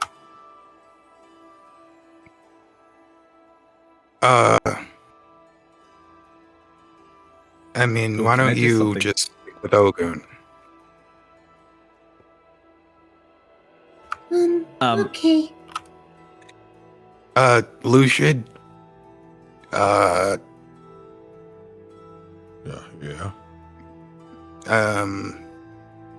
Never mind.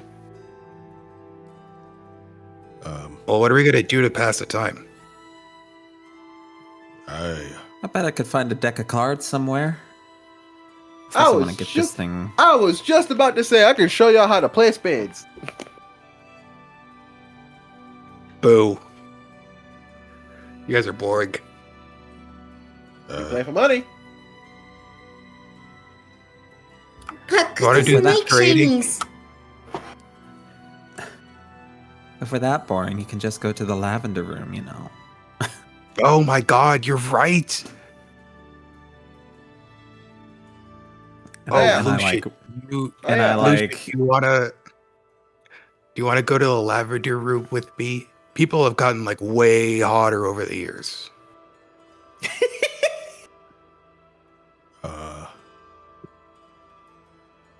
The lavender room. I'm telling you. Yeah. Did they have that back in the day? He scratches his chin. I think so. I guess I didn't really have interest in it back then.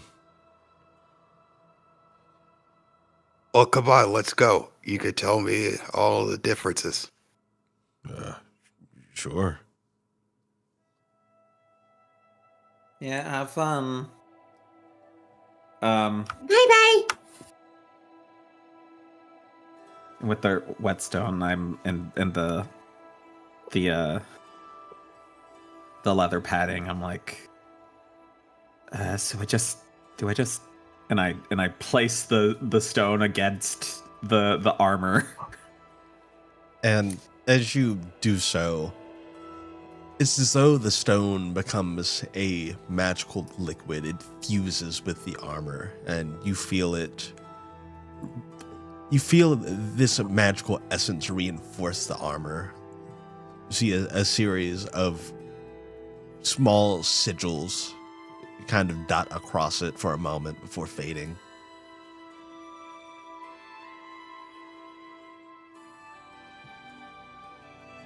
Well, I sure hope that worked. It looked like it worked. And now, And I mechanically, you read have on it. +1 light armor.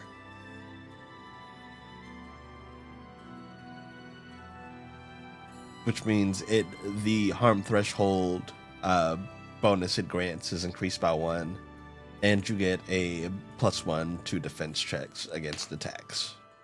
Woo! Okay, so I should mark this specifically. 1. Oh, right. Actually, I just realized, because this is... I have a harm threshold of 5 because of the armor I'm wearing already. So it's actually a 4. And then all defense checks? Yes. Okay. Very good. But yes. As Dirk, you, and Lucian head over to the lavender room, and as everybody else starts to settle into the evening, I'd say that's a good place to call today's session. Yee. Woohoo! Woo! Oh man, we went a bit longer than we. A little Yeah, a little bit bit longer. But yeah, I have a question though. sure. Just for my, so I know over the course of the next 2 weeks, will Lucian and Dirk share in the lavender room?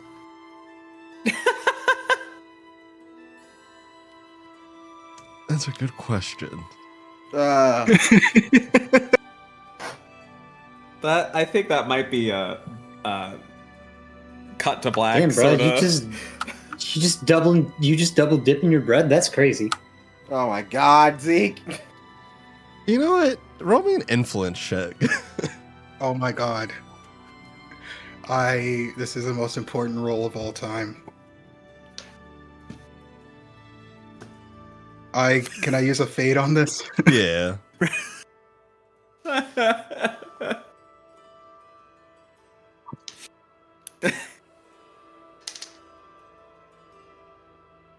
was gonna roll for Lucian.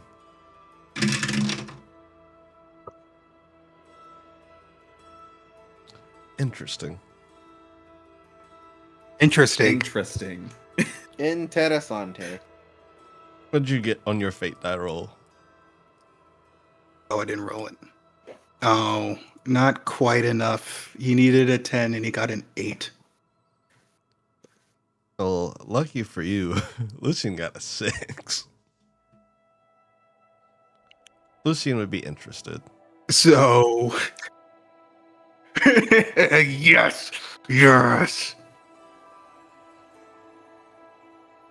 Dirk somehow Against his better is judgment, irresistible. he would be interested.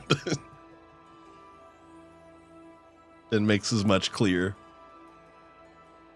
So next session, they're gonna be much more attached to each other, huh? Perhaps. Even if it is just the warm fuzzies. Meanwhile, back at Mama Sarah's. Okay, you two. So this is a book. It's just Ogun teaching the two of them how to play spades. Yeah. But yes, we will pick up with this on.